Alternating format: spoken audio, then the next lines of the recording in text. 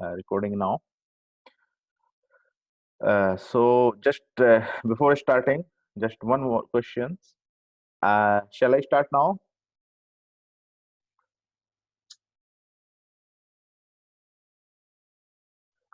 Uh, shall I start now? Please give me response, Akil.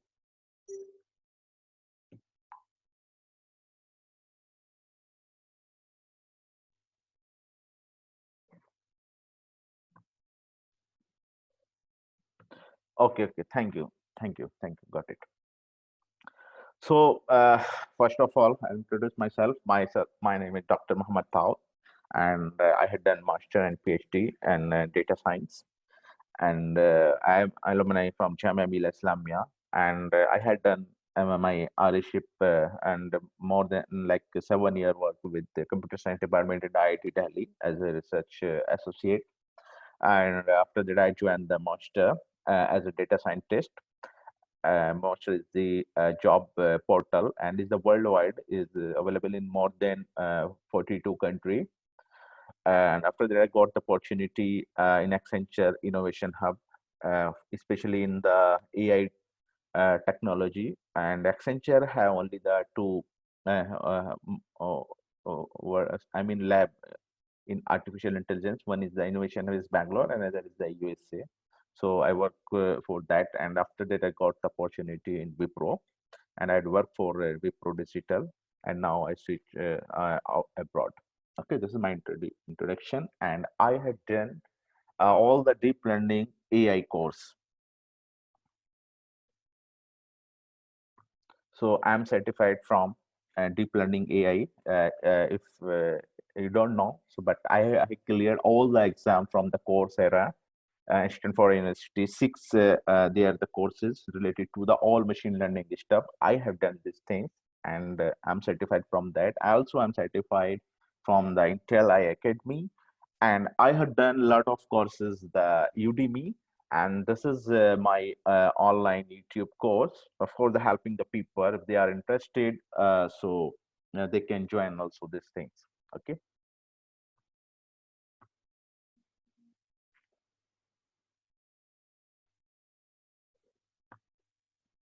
So now this is my introduction. Okay, and I'm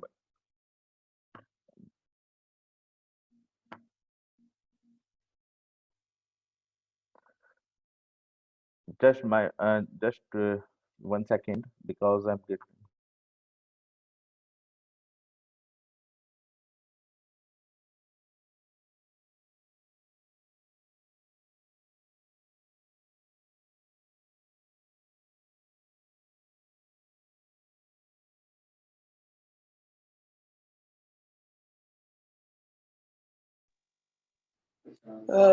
Daud sir, can you please speak in Hindi so that every one of us can understand the actual data science seminar?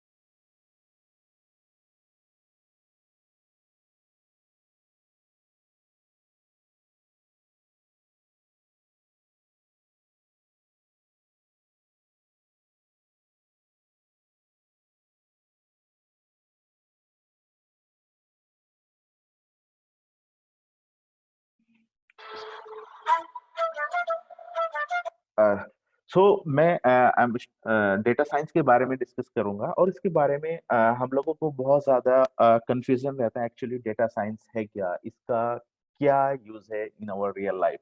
तो मैं आपको एक बहुत basic example देता हूँ। अगर आप किसी गवर्नमेंट अथॉरिटी में गए होंगे जहां पर आपका पब्लिक डीलिंग होता है, तो आपने देखा होगा उनका जो रूम होता है ना, जिसको एक तरह से वेयर हाउस या गोडाउन बोलते हैं, जिसमें इतने बड़े बड़े सेल्फ होते हैं और वहां पे बहुत सारा आप लोगों का फाइल्स वगैरह रहता है।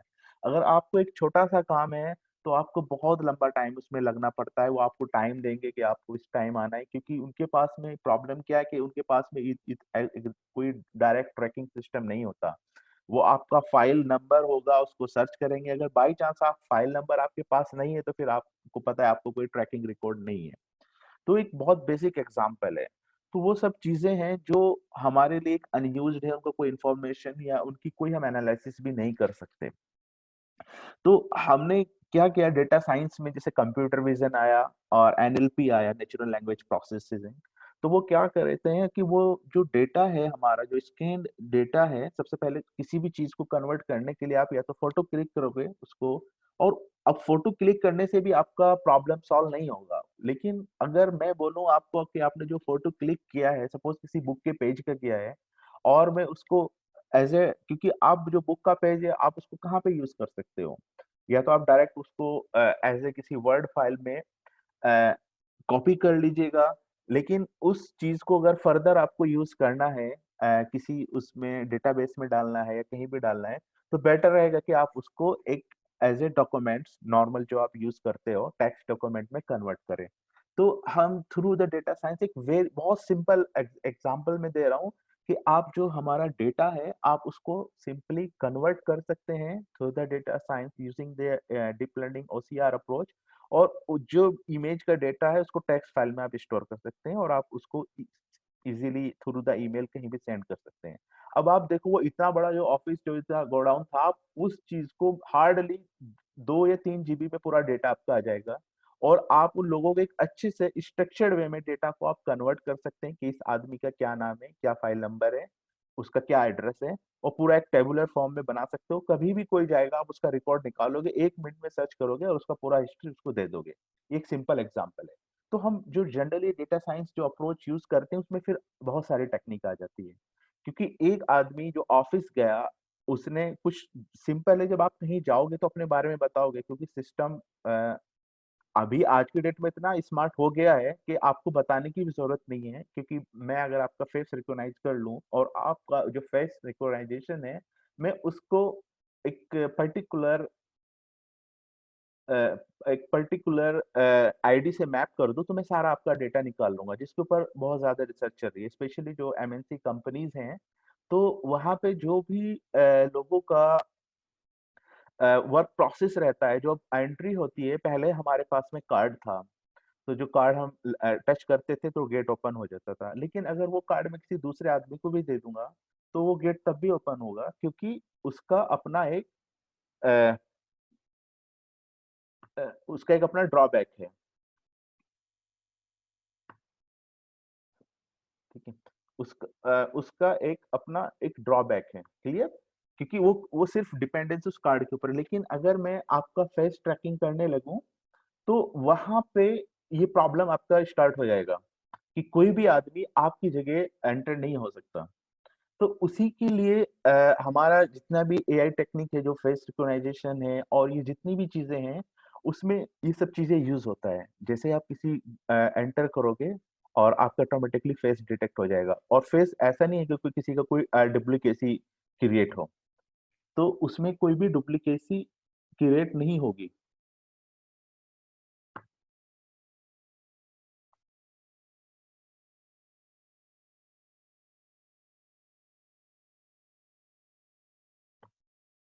And can you hear me now Akil?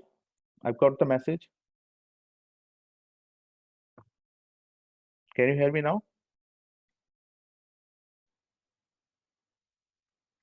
Please say yes.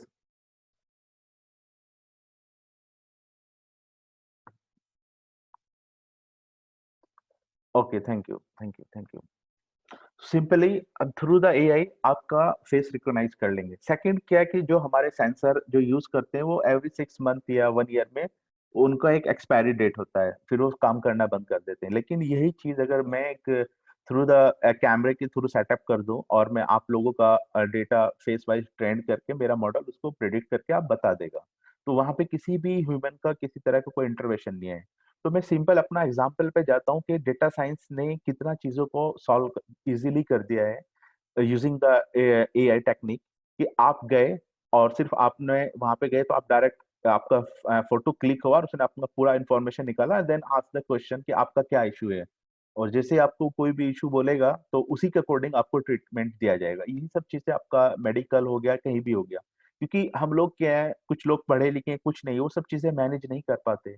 लेकिन अगर हम उनको चीज को इजी बना दे तो दोनों चीजों का time change sorry time save हो जाएगा। सेम फॉर आपका जो ऑफिस वर्क भी है और दूसरे जो आदमी आपके पास आ रहा है, अदरवाइज आपने देखा होगा कितनी बड़ी बड़ी क्यू लगी रहती है।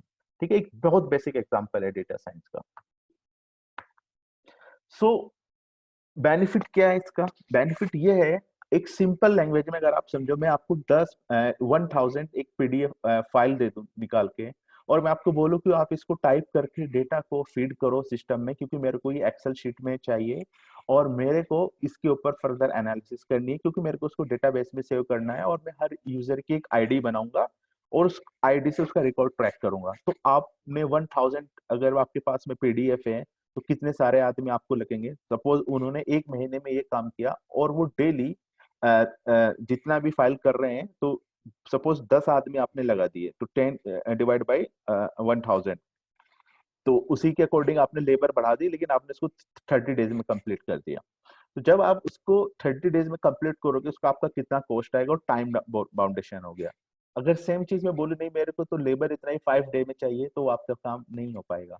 लेकिन through the AI, computer vision, OCR, हम वो लोग डायरेक्ट उस चीज को एक प्रोग्राम के थ्रू हम प्रॉब्लम को सॉल्व कर सकते हैं, और वो चीज मुश्किल से 1 या 2 घंटे में हो जाएगी, और आपका वन टाइम टास्क होगा और डेटा बहुत फास्ट प्रोसेसिंग होगा। अब अगर मैं वो मेरी जो 10 फाइल थी, जो सॉरी 1000 फाइल थी, पीडीएफ फाइल थी, जो मेरा एज ए डॉक्यूमेंट्स फॉर्म में थी, जैसे आपका ये A4 पेपर शीट होता है, इसके इसकी फॉर्म में थी वो मेरी फाइल। ठीक है, अगर मैं उस डेटा को, सपोज मैं दिल्ली में बैठा हूँ, मेरे को वो चीज मुंबई में अभी चाहिए, तो आप उसको कैसे पहुंचाओगे? ठीक है, आप फोटो क्लिक करोगे फिर भेजोगे, लेकिन वो इंफॉर्मेशन फिर भी अनस्ट्रक्चर्ड वे में है, क्योंकि आप उसको डायरेक्ट कॉपी तो नहीं कर सकते, तो कैसे उस चीज को ट्रीट करोगे? तो अगर हम कोई भी डेटा हो, जब तक वो स्ट्रक्चर्ड फॉर्मेट में नहीं होगा, तो हम उसके ऊपर ऐसा कुछ अपना रियल लाइफ में उसका डेटाबेस में स्ट्रक्चर्ड जैसे टेबुलर फॉर्म बनाते हैं, वहां पर उसको हम यूज ही नहीं कर सकते। आपकी इंफॉर्मेशन के लिए मैं बता दूं, जितना डेटा जनरेट हुआ है लास्ट 2 ईयर में, उसका 90% डेटा जनरेट हुआ है। तो अब वो इतना डेटा जो जनरेट हो रहा है, आप मोबाइल यूज करते हो, गूगल यूज करते हो, इतनी सारी चीजें दिन भर आप इतनी ऐप यूज करते हो, वो कहीं ना कहीं वो आपको फ्री में सर्विस प्रोवाइड करा रहे हैं। वो ऐसे नहीं करा रहे हैं कि उनको आपसे कुछ ज्यादा मतलब लगाव है, इंटरेस्ट है, ऐसे नहीं करा रहे। वो लोग इसलिए करा रहे हैं क्योंकि आपका जो डेटा है, आपका जो रिकॉर्ड्स है, वो आपके पास आए, फिर वो फर्दर उन लोगों के कंपनी के पास टाई अप रहते हैं कि मेरे पास में, सपोज एक सिंपल एग्जांपल लेता हूँ कि आप एक विंक ऐप है, म्यूजिक ऐप है, सभी जनता यूज करती है। तो वो जो आपका विंक ऐप है, उसके पास में एक टारगेट टीजी ग्रुप रहता है, मतलब टारगेट एज ग्रुप जिसको बोलते हैं टीजी, कि मेरे विंक ऐप है, इसको जनरली जो पीपल यूज करते हैं वो 15 से लेके 30 साल की एज के लोग यूज करते हैं। तो अगर मैं एक कंपनी हूँ, ब्रांड कंपनी, जब सपोज लिवाइस, मेरे को अपना एक प्रोडक्ट लॉन्च करना है। अब जब मेरे को अपना एक प्रोडक्ट लॉन्च करना है, सिंपल सी बात है, लिवाइस जो जीन्स के जो जनरली प्रोडक्ट है, जीन्स वगैरह, वो जिसका जो उसका टारगेट ग्रुप भी वही है कि 15 से 30 साल के लोग ज्यादा जीन्स वगैरह पहनते हैं। उसके बाद लोग सिंपली आपका एक फॉर्मल ड्रेस पहनते हैं। तो ये सब चीजें उसको लिवाइस को कैसे पता चलेगा? मैं डोर टू डोर जाके वो कैंपेन नहीं करेगा या फिर बड़े बड़े होल्डिंग लगाएगा कहीं पे, नहीं, वो उन लोगों को उस कंपनी से सीधा जाके बात करेगा कि मेरे को ऐसा लोगों का डेटा चाहिए और फिर मेरे को उनको ट्रैक करना है। चाहे तो आप विंग ऐप ओपन करो, आपके पास में जब ऐड आएगा, या फिर आपका जो नंबर है, ये सब चीजें हैं, उसको मैप करेगा वो फेसबुक से बात करेगा, वो सब चीजें, और एट द एंड आपको वो एड डिस्प्ले होगा, जिससे लोगों को पता चलेगा हाँ एक मार्केट में नया प्रोडक्ट आया। और वो सब लोगों को नहीं बताना चाहता क्योंकि उसका कॉस्ट ज्यादा आएगा। अगर मैं कोई चीज सबके लिए बताऊंगा तो मेरा कॉस्ट बहुत ज्यादा बढ़ जाएगा। लेकिन मेरे को सिर्फ उसी टारगेट ग्रुप को ही टारगेट करना है जो मेरे इंटरेस्ट का है। तो ये सब चीजें जितना एक सर्कल ये घूम रहा है, इसकी इसकी सारे उसमें एक डेटा का खेल है। लेकिन वो डेटा का खेल क्या है, वो डेटा उन लोगों ने बड़े बड़े सर्वर पे स्टोर करने के लिए यूज नहीं किया है। वो डेटा उन लोगों ने एक एनालिसिस के लिए यूज किया है, जिससे हमारा रिवेन्यू ज्यादा जनरेट हो चुके। ठीक है, अब मेरा एक एक्स कंपटीटर भी है, जॉन प्लेयर है, वेंसन है, वो सब ये सब काम करते हैं। और सब के पास में एक बहुत बड़ी डेटा साइंस की टीम होती है जो बताती है कब हमको रिवेन्यू अपना जो डिस्काउंट करना है, कैसे करना है, क्योंकि हमारा कंपटीटर भी वो पूरा एक एनालिसिस होती है इन लोगों के बीच में। ठीक है, ये एक सिंपली बेनिफिट है। और सिंपली आपको पता है, जब आप एक काम को किसी ऑटोमेट वे में करते हो, वो there is a one time investment. उसके बाद वो सब चीजें, सेम चीजें रिपीटेशन में होता रहेगा, जिससे आपका कॉस्ट है वो कम हो जाएगा। स्टार्टिंग में कॉस्ट बढ़ेगा क्योंकि आप चीजें पे पैसा इन्वेस्ट करोगे, ठीक है, लेकिन उसके बाद वो खत्म हो जाएगा। अगर आपको सब चीजें, आप और मैं यहाँ बैठे हैं थ्रू द कनेक्ट, मुझे कोई मैसेज भेजना है, मेरे को डायरेक्टली सुन रहे हैं, ठीक है, तो ये कोई भी, अगर हमारा, हम सब लोग ऐसे ये सब फैसिलिटी ना होती तो हमारा कैसे कनेक्शन होता।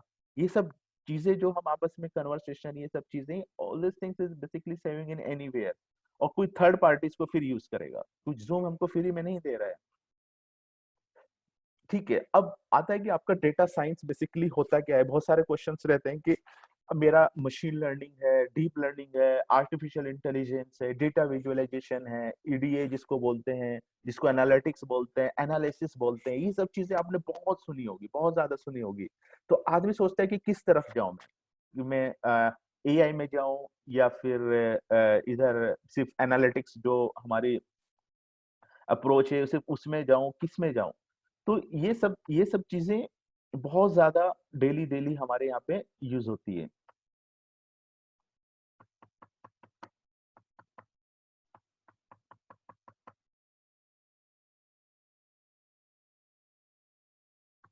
तो बेसिकली जो डेटा साइंस है, डेटा डेटा साइंस, अगर आप मेरा, सॉरी बार बार तो बहुत डिस्टरबेंस हो रहा है यहाँ पे, लोगों का रिक्वेस्ट आ रहा है।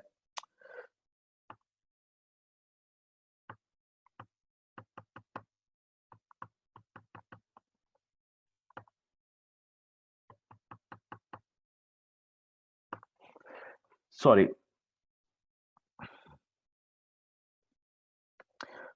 So can you see my screen now ना?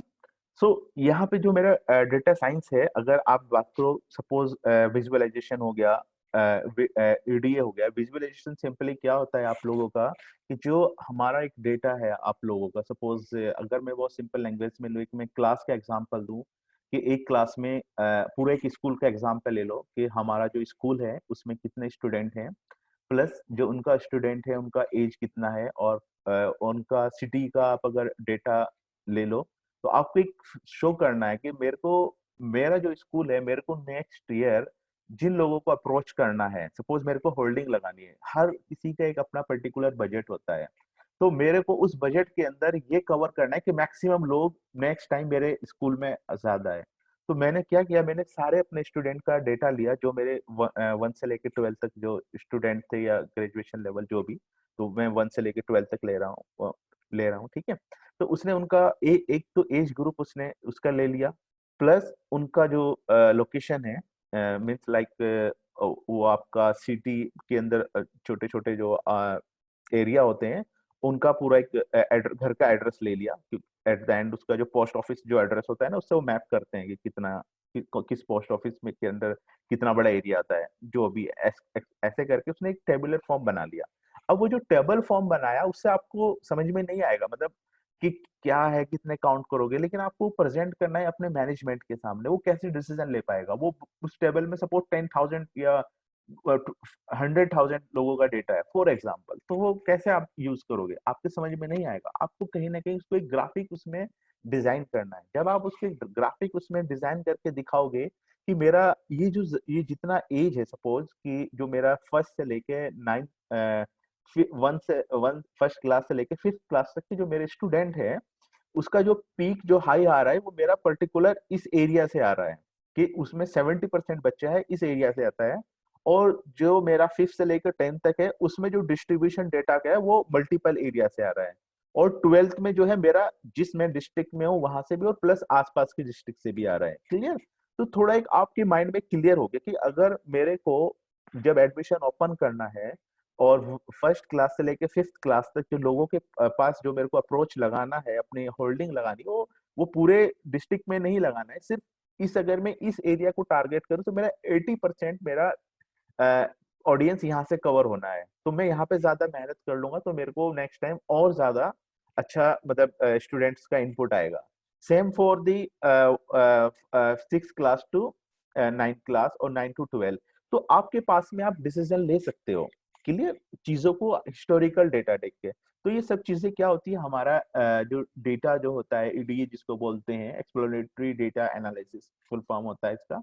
तो इसको विजुअलाइजेशन की फॉर्म में आप बहुत अच्छे से डिसीजन ले सकते हो। इवन आपको कोई भी हिस्टोरिकल डेटा का अगर मैं आपको पैटर्न दिखा दूंगा और आपको मैं देखूंगा कि इसका ये ग्राफ है, ये ऊपर जा रहा है, इस मंथ में नीचे जा रहा है। बहुत सिंपल एग्जांपल देता हूँ, अगर आप देखो कि अगर एक चॉकलेट कंपनी है, उस चॉकलेट कंपनी को ये देखना है कि मेरे को किस महीने में ज्यादा चॉकलेट बनानी है। तो उसने चेक किया कि जो दिसंबर का मंथ है उसमें मेरा जो चॉकलेट का पीक है बहुत हाई जा रहा है, क्योंकि वहां पे क्रिसमस होता है और लोग ज्यादा जो चॉकलेट है वो एक दूसरे को गिफ्ट करते हैं। तो अब उसको अगर दिसंबर के महीने में चॉकलेट मार्केट में पहुंचानी है तो उसको नवंबर में उसका प्रोडक्शन बढ़ाना पड़ेगा। ठीक है, अगर वो चीज उसके पास ना होती तो उसको पूरा ऐसे आइडिया ना होता, तो वो पहले ही उसकी प्लानिंग कर लेगा और अकॉर्डिंगली जो पब्लिक डिमांड है उसको पूरा कर देगा। ठीक है, ये आपका एक सिंपल एग्जांपल के साथ में आपका ईडीए एनालिसिस कंप्लीट हो गया, जिसमें बहुत लोग काम करते हैं, जो जिसको रिपोर्टिंग आपने नाम सुना होगा, टैबलू हो गया, मिनी टैब हो गया, ये सब चीजें जनरली इनका यही काम होता है।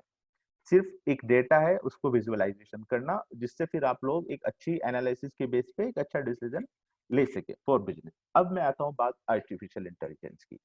देखो, आर्टिफिशियल इंटेलिजेंस जब भी हम नाम लेते हैं तो इसके दो सब पार्ट होते हैं, पहला मशीन लर्निंग और डीप लर्निंग। ठीक है, मशीन लर्निंग क्या होता है, जितनी भी हमारी जो एल्गोरिथम है जो स्टैटिकल अप्रोच को फॉलो करती है, ठीक है, उसके बारे में मैं बाद में डिस्कस करूंगा, तो उसको मशीन लर्निंग के अंडर में आती है। और जो एल्गोरिथम मेरा न्यूरल नेटवर्क के अंदर आती है उसको डीप लर्निंग में, मतलब ये समझ लो कि deep learning is the sub part of machine learning. और डीप लर्निंग ज्यादा एडवांस है, क्योंकि मशीन लर्निंग बहुत पहले था, लेकिन ये न्यूरॉन्स का जो कॉन्सेप्ट आया ये बाद में आया है, काफी बाद में, मतलब 2012 तक जो जनता थी वो डीप लर्निंग के बारे में ज्यादा अवेयरनेस नहीं थी।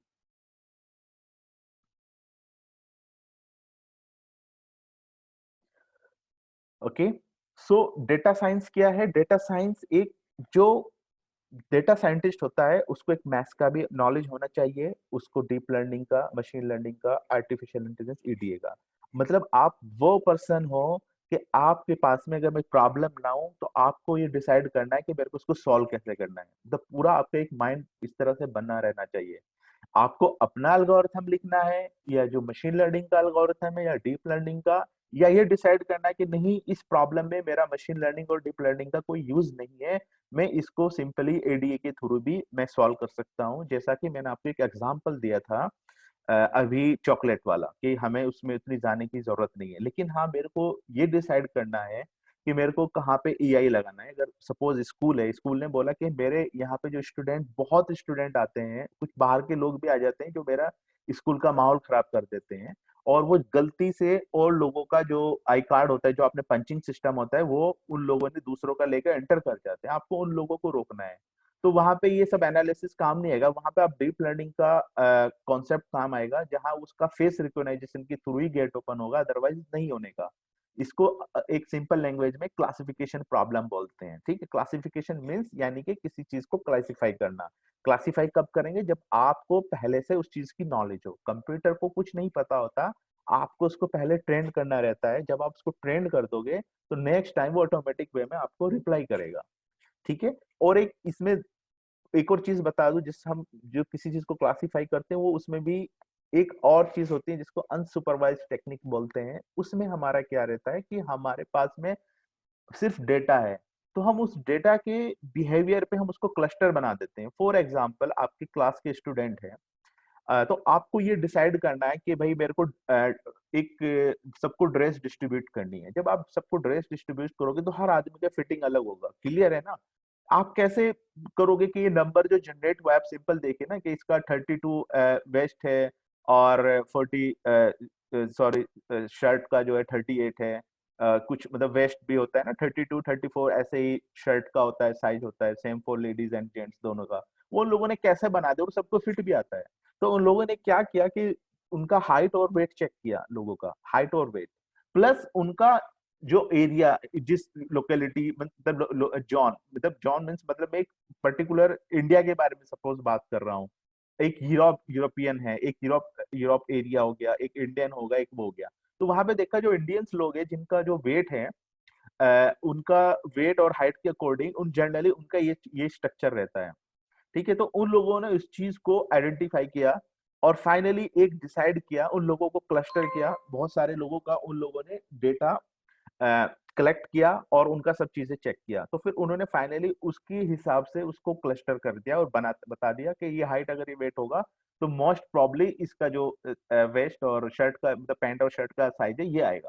तो ये सब चीजें क्या है, उन लोगों ने एक एनालिसिस करके उसको क्लस्टरिंग कर दिया सुपरवाइज के अंदर। और उसी के अकॉर्डिंग आप जब जाओगे तो वैसे तो आपसे पूछता है कि आपका वेस्ट कितना है, लेकिन अगर उसके पास में कोई ऐसा मशीन हुआ जो आपको हाइट और वेट चेक कर ले तो वो आपको ऑटोमेटिकली सजेस्ट भी कर सकता है। ठीक है। तो ये डेटा साइंस का हमारा हो गया। ठीक है। अब सबसे बड़ा क्वेश्चन आया, क्योंकि अभी क्योंकि मैं इतना डीपली नहीं जाऊंगा इस चीज के बारे में, अगर किसी को इंटरेस्ट है तो मेरा यूट्यूब कोर्स वहां पे देख सकता है। लेकिन सबसे बड़ा आपका जो इंटरेस्ट है क्योंकि अगर किसी को अपना करियर स्टार्ट करना है तो हमें करियर स्टार्ट करने में सबसे बड़ा प्रॉब्लम ये रहता है, क्योंकि हम एक लाइफ का अपना बहुत इंपॉर्टेंट टाइम दे रहे हैं। और जब हम किसी चीज पे ट्रैक पे जाने से पहले हम लोगों को बहुत बार सोचना पड़ता है कि क्या प्रॉब्लम है, कैसे हम जाएं। और भी मार्केट में बहुत सारी चीजें हैं। देखो मैंने आपकी तीनों चीजें क्लियर कर दी। डेटा साइंटिस्ट का क्या होता है, आप अगर आपको एनालिटिक्स में जाना है तो, और या एआई में जाना है या डेटा साइंस में जाना है, मतलब डेटा साइंटिस्ट वो होता है जो सबका एक तरह से होता है फादर। मतलब उसको सब पता होता है, ये सब चीजें आनी चाहिए और उसके लिए उसको प्रोग्रामिंग अच्छे से आनी चाहिए। तो ये चीज हमेशा याद रखना, कुछ चीज टफ होती है लेकिन टफ नहीं होती, वो सिर्फ उसको समझने की जरूरत होती है। अगर आप थोड़ा सा टाइम दोगे, उसको सही अप्रोच करोगे तो आप सब चीजें समझ जाओगे। और जब आप समझोगे आपके अंदर एक पैशन जनरेट होगा। और जब पैशन जो इंसान के अंदर होता है वही टारगेट अचीव कर पाता है। ठीक है। अभी मैं जो डिस्कस करने के लिए जा रहा हूँ आपको फिर पता चलेगा कि एक्चुअल में डेटा साइंटिस्ट का आज के टाइम में कितना वैल्यू है और क्या क्या वो अचीव कर सकता है। तो सबसे पहले कि how big is the data, basically कि हमारा जो मार्केट है वो कितना है। ये जो मैं नंबर आप देख रहे हैं ना, 3.9 बिलियन यूएस डॉलर इन 2009 और 4.8 बिलियन यूएस डॉलर की बात कर रहा हूँ। ये डेटा सिर्फ बड़ी बड़ी कंपनियों का बता रहा हूँ मैं, जो हमारे जो स्टार्टअप है और जो छोटी कंपनी प्लस उनमें जो हमारे इंटरनल प्रोजेक्ट चलते हैं उसका ये डेटा नहीं है। और अगर कोई है तो एक बार बताएगा कि 4.8 बिलियन को अगर यूएस डॉलर को कितने उसमें इंडियन रुपीज में कन्वर्ट करूँ कितना रहेगा, कोई है? हेलो, कोई मेरे को बताएगा एक बार?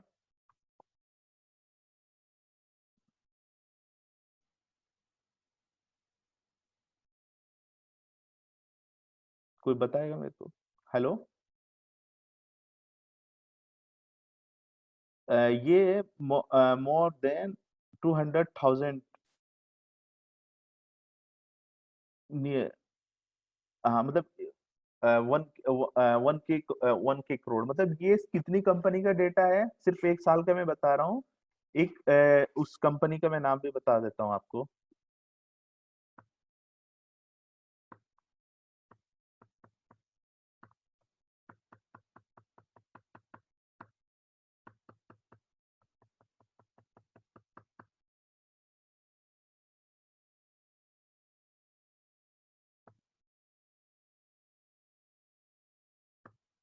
ओके, तो ये इतना बड़ा मार्केट है। सिंपली किसका, एक मैं ये कंपनी का आपको पहले नाम बता दूं, कभी आप ज्यादा वो, ठीक है। तो ये हमारी कुछ जो बड़ी बड़ी जो कंपनीज हैं, उस पे IBM हो गया, सिर्फ इन लोगों का एक डीलिंग है ये, ठीक है। तो इसमें इतना इतना ज्यादा, मतलब इतना बड़ा मार्केट है। अगर आप एक एज अ डेटा साइंटिस्ट हो और आप एक नॉर्मल सिंपल और भी सॉफ्टवेयर में जॉब करता है, तो आपकी जॉब में और उसकी जॉब में बहुत ज्यादा डिफरेंस होगा। और आपका जो ग्राफ है ना जॉब का, वो 45 से लेके मतलब 90 तो नहीं बोलूंगा, लेकिन 80 के बीच में जो ईयरली होगा, इतनी तेजी से बढ़ेगा। तो ये एक बहुत सिंपल जो डेटा है, मैंने पूरा रिसर्च करके लिया है, ठीक है। तो ये जो हमारा डेटा है, ये इतना एक हमारा एक मार्केट है, ठीक है। और ये मार्केट सिर्फ मैं MNC कंपनियों का बता रहा हूँ। अगर आप पूरा कैलकुलेट करोगे तो इसका अप्रोक्स, मुझे नहीं सही पता, लेकिन फिर भी हो सकता है मोर देन 10 टाइम्स हो। इतना इतना बड़ा मार्केट है। नेक्स्ट क्या है कि ग्रोथ कितना है, मतलब चलो वो तो हमें नंबर का नहीं पता है, वो आप एक मेरे को, क्योंकि ये जो मैंने एग्जैक्ट नंबर का किसी को नहीं पता होता है, लेकिन एक ग्रोथ कितना है। अगर आप 2020 से लेके 2007 2027 की बात करोगे, तो ये जो ग्रोथ है वो 26.9 है, 26.9%। और आपको एक चीज और बता दूं मैं, आज की डेट में भी, और जब से ये फील्ड स्टार्ट हुआ है, उसकी डिमांड ज्यादा है, प्रोडक्शन कम है। मतलब ऐसा नहीं है कि नाम के आगे डेटा साइंस लिखने से आप डेटा साइंस बन, क्योंकि इसमें जो इंटरव्यू होता है बहुत अच्छे से वो लोग पूछते हैं, पूरा आपका मैथमेटिकल हर चीज कॉन्सेप्ट।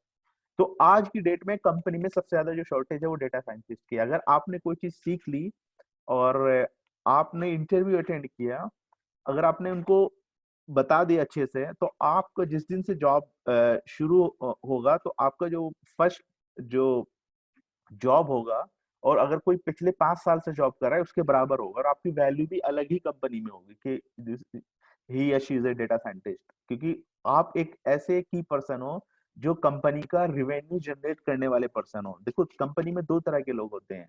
एक वो होते हैं जो कंपनी का जो काम करते हैं, नॉर्मली प्रोसेस प्रोसेस वाला काम करते हैं, कुछ लोग लोगों को मैनेज करते हैं या बहुत सारी चीजें, वो एक रिवेन्यू जनरेटेड पीपल नहीं होते, डिसीजन मेकिंग नहीं होते। लेकिन आप जो बात बोलोगे, जो आप एनालिसिस करके दोगे, उसके ऊपर कंपनी अपने डिसीजन लेगी, और जब डिसीजन लेगी तो वो उतनी तेजी से ही उसका रिवेन्यू जनरेट होगा।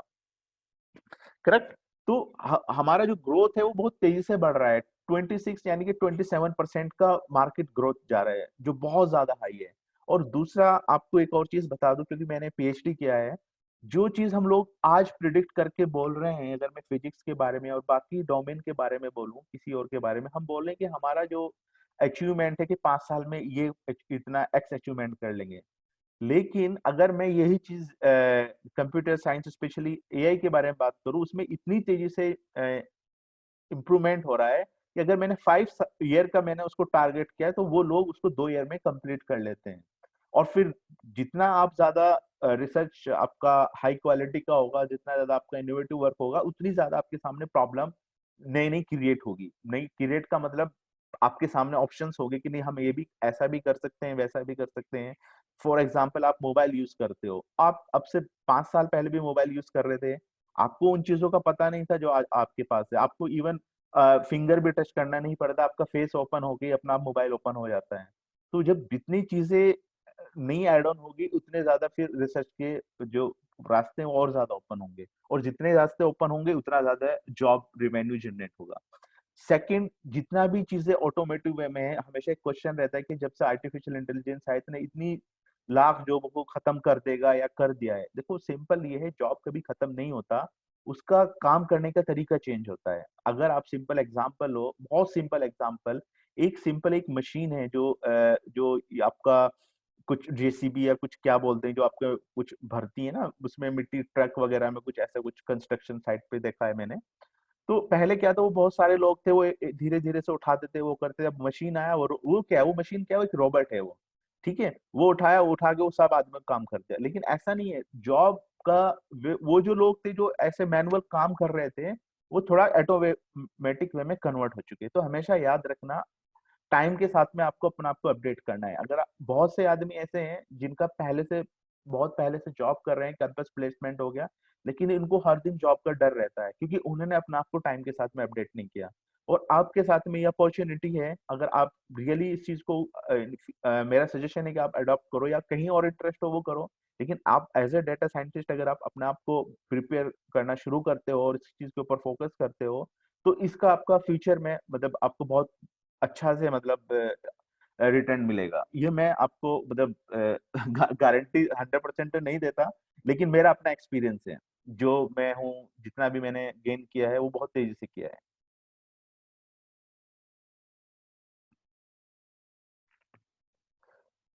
सो दिस इज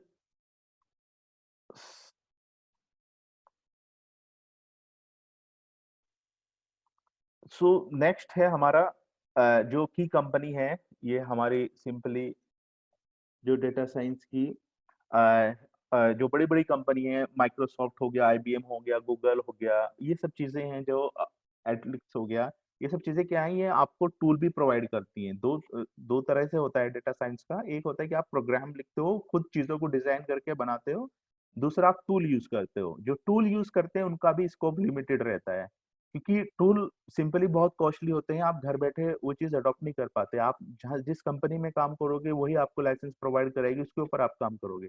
एक होता है कि आप खुद इतने ज़्यादा ब्रिलिएंट बन जाओ कि सारी चीज़ें खुद से करने लगो।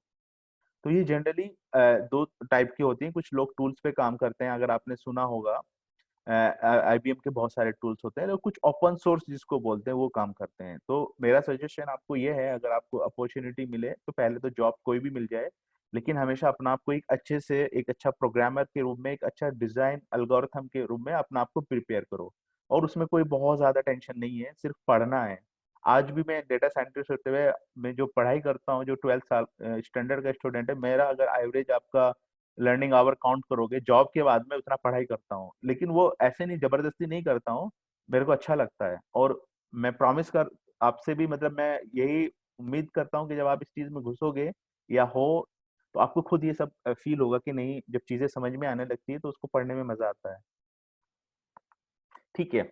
नेक्स्ट क्या कि आपका एवरेज पे, ये सबसे बड़ा क्वेश्चन है, क्योंकि जब हम जॉब किसी भी फील्ड में जाते हैं कि पैसा कितना मिलेगा हम लोगों को, कि एक होता है ना कि भाई हम ठीक है टाइम देंगे, मेहनत भी करेंगे, लेकिन रिटर्न में क्या मिलेगा। तो ये मैं ना, अगर आप डेट देखो, एक ग्लास डोर का डेटा है, आप खुद जाके चेक कर लेना, यही क्योरी डालना, data scientist salary in Bangalore, simple डालना और उसमें सैलरी चेक चेक कर लेना। यहाँ पे 11 लाख का पैकेज है जो एवरेज है, मतलब पर ईयर जो इनकम है एवरेज, कुछ का ऐसा नहीं है, कुछ का 52 भी होगा, कुछ का 3.5 भी होगा, 4.5 भी होगा, लेकिन एक एवरेज पैकेज के बारे में बता रहा हूँ। तो 11 लाख का आपको पैकेज है जो मिल रहा है। ठीक है, तो एक एक एवरेज सैलरी है। अगर आप यही चीज और किसी से कंपेयर करोगे, दो चीजें, एक तो देखो बहुत रेयर फील्ड होता है कि जहाँ पे आपका पोजीशन बहुत कम है, अब उसका हो सकता है उसका सैलरी बहुत हाई हो, लेकिन वहां पर अपॉर्चुनिटी कम है। लेकिन एक है कि जहाँ पे आपके पास में अपॉर्चुनिटी बहुत ज्यादा है, मार्केट का जो डिमांड है वो ज्यादा है, और उसका जो पीछे से सप्लाई मिल रहा है वो कम है। ठीक है, और प्लस आपको पैकेज भी अच्छा मिल रहा है। और दूसरी बात क्या है कि आपको जितनी भी कंपनीज मिलेगी, उनका जो स्टैंडर्ड होगा, जो डेटा साइंस में काम करेगी, एक अलग ही स्टैंडर्ड होगा। बहुत सारे स्टार्टअप होते हैं, उनका जो कल्चर होता है वो अलग होता है, लेकिन इन जनरल जो डेटा साइंस के जितने भी क्लाइंट आपको मिलेंगे, वो ज्यादातर एक, क्योंकि वो इनोवेटिव काम कर रहे हैं, तो उनका थिंकिंग भी वैसा ही होगा, वो वैसा चीज का नहीं होगा कि बहुत सारे स्टार्टअप है। फॉर एग्जांपल मैं किसी को ब्लेम नहीं कर रहा हूँ, लेकिन जैसे सॉरी फॉर, जैसे जो वेब डेवलपमेंट से रिलेटेड है, तो उनका कंपनी का आप स्टैंडर्ड देखोगे, जो छोटे छोटे स्टार्टअप है, बहुत अजीब तरह का स्टैंडर्ड होता है। और उसको सीरियसली बताऊं, उसको बहुत से लोग आपको कंपनी में ऐसे भी मिल जाएंगे जिसने 12th पास किया होगा और वो वहाँ पे ऐसे काम सीख के ऐसे काम करने लगा है। लेकिन अगर आप डेटा साइंस की बात करो, तो उसका बच्चे का भी अपना एक स्टैंडर्ड होगा, वो बीटेक किया हुआ होगा, और उसके अंदर एक उसका माइंड खुद से मतलब जब इसको काम करेगा, एक इनोवेटिव वे की तरफ वो बढ़ेगा, मतलब उसको ये सब चीजें करना अच्छा लगेगा। और हर चीज कल्चर बेसिकली बहुत इंपॉर्टेंट होता है, तो कल्चर पॉइंट ऑफ व्यू से भी डेटा साइंस का बहुत अच्छा स्कोप है। अब आ जाते हैं हम स्किल के ऊपर, कि स्किल हमारा बेसिकली यूज क्या क्या होता है, कैसे होता है, क्योंकि आप हमेशा मतलब मैं भी खुद कंफ्यूज रहता था, ये सब चीजें क्या है, क्या क्या मैं करूंगा। तो सब, क्योंकि जब आपको शुरू करना है तो कहाँ से शुरू स्टार्ट करना है। देखो मैंने आपको सबसे पहले एक ईडीए बताया था। ईडीए क्या है कि एक ग्राफिक्स वे में किसी डेटा को शो करना, ठीक है। वो चीजें आपको डेटा साइंटिस्ट बनने के लिए वो फर्स्ट स्टेप आपको आना चाहिए, उसके बाद ही आप मशीन लर्निंग और डीप लर्निंग यूज कर पाओगे। और जब ये दोनों चीजें यूज कर लोगे और फिर ये सब क्लस्टरिंग हो गया और उसके अंदर फिर एनएलपी आ गया, मैं बारी बारी से सब क्लियर करता हूँ, ठीक है। यहाँ पे आ जाइएगा। देखो यहाँ पे आप ये कुछ चीजें देख रहे हो, एक येलो पार्ट देख रहे हो, एक ब्लू पार्ट देख रहे हो, एक नॉर्मल पार्ट देख रहे हो, ठीक है। तो इन जनरल क्या होता है ना, जब जीडी की बात करें जिसको जॉब डिस्क्रिप्शन बोलते हैं, जो कंपनी जो बेसिकली जो जॉब का एड निकालती है, तो वो एक रिक्वायरमेंट लिखती है। वो रिक्वायरमेंट इतनी बड़ी लिखती है कि वो दुनिया में किसी आदमी कोई सेटिस्फाई नहीं कर सकता, उससे कभी मत घबराना आप, ठीक है।